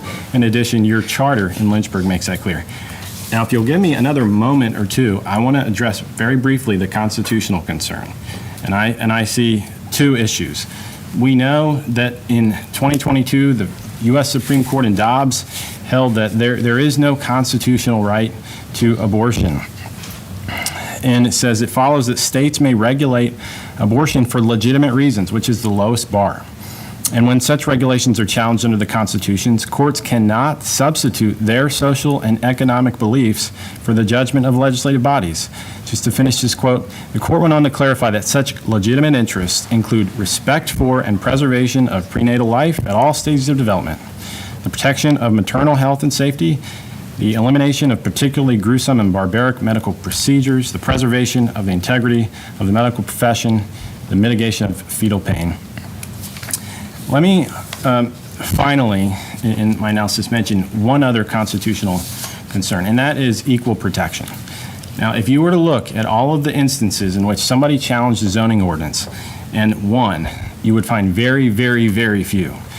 But one such was overturned on the issue of equal protection. And here's the standard. It says when a land, and this is in the case of Board of Supervisors of James City County versus Rowe. It says when a land use permitted to one landowner is restricted to another similarly situated, the restriction is discriminatory and if not substantially related to the public health, safety, and welfare, constitutes a denial of equal protection of the law. So we see that we have two considerations. One, is the targeted use or type of facility, is it similarly situated and more restrictive than others? I think that's a legitimate question. Well, let me tell you one reason why abortion clinics are not similarly situated to any other medical clinic. Because they are the only medical clinic in Virginia that under state law has absolutely no regulations, no health and safety regulations whatsoever, no inspections. These are breeding grounds for crime and unsafe conditions. We know this. That's just categorically different than any other type of medical clinic. And then finally, if you can demonstrate that your decision is related to public health, safety, or welfare, it doesn't matter. That ends the conversation. It's presumed valid. So for those reasons, as I read Mr. Mission's proposal, I see that it is lawful. There may be different ways that you can amend it, and that may also be lawful, depending on what purpose you're after. But I can say very definitively that you have the authority under law to do this. Mr. Ferrari. Mayor, I would move that Councilman Mission's item, as well as what I've shared that staff has, I've moved that would be, both would be sent to the Planning Commission for their review and projected Mr. oversight. Mr. Mayor. Go ahead. So, I appreciate that, but we can't move on a document that's supposedly attorney-client privilege that's not before us and not published on the agenda. The proper way to do that would be to amend the agenda to bring that document before us. So with that being the case, I will make a motion, Mr. Mayor, that we suspend the rules of procedure and send this item to the Planning Commission for review, and I'm amenable to the November timeframe. I think that Tom Martin listed, and include that in the motion as well. So it would be to send this document to initiate the Planning Commission process on this document as a recommendation from council. I make that so the motion is to suspend the rules. You second it? And I'll second. You second it.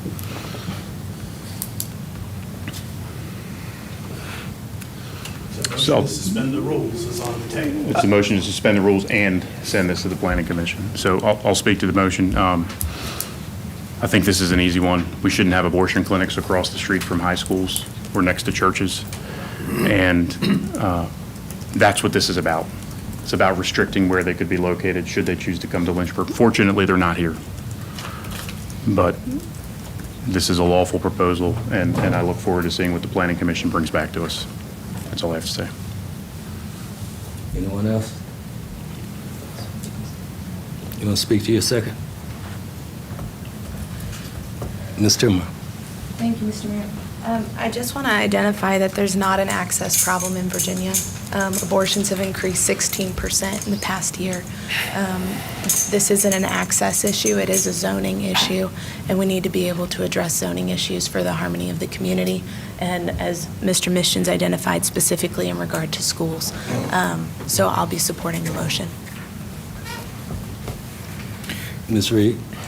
I think I speak to the motion. I support the motion, but I just want to, while we're on the topic of this, just educate everybody out there watching. As a former board member of the Blue Ridge Pregnancy Center, while this is a concern and we're thankful we don't have this any centers here in the city, access to abortion by mail is the greatest risk to our young ladies because there's no regulation on it whatsoever.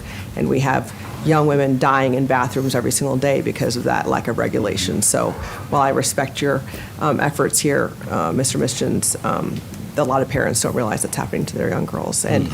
But a lot of girls are going to this because they don't feel comfortable telling their parents that they've been caught in an unforeseen situation, and we need to be more forgiving and more gracious towards our girls when they find themselves in those situations. Because I had an unplanned pregnancy, and he's 25 years old now and a wonderful, beautiful human being. I'm so thankful I had him. So, He's an excellent musician, too.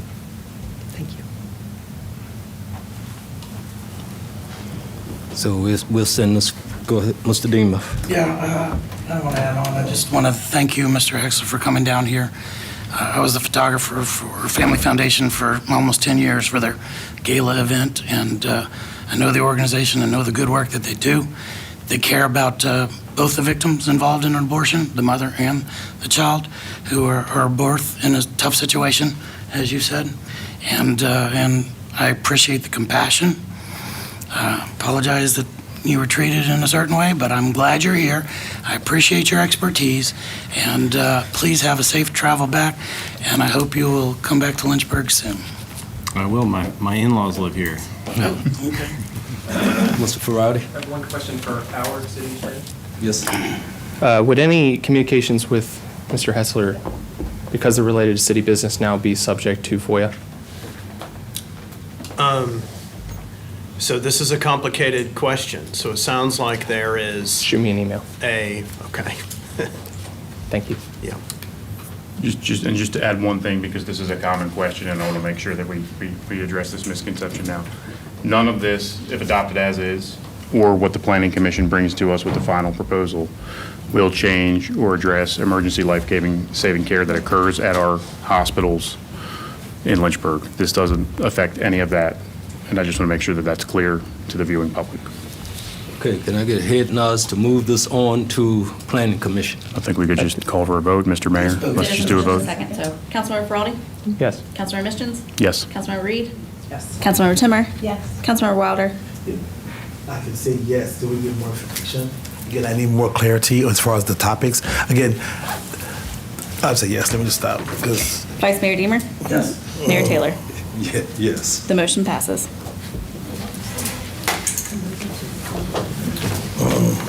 I do have one brief roll call item. On that item.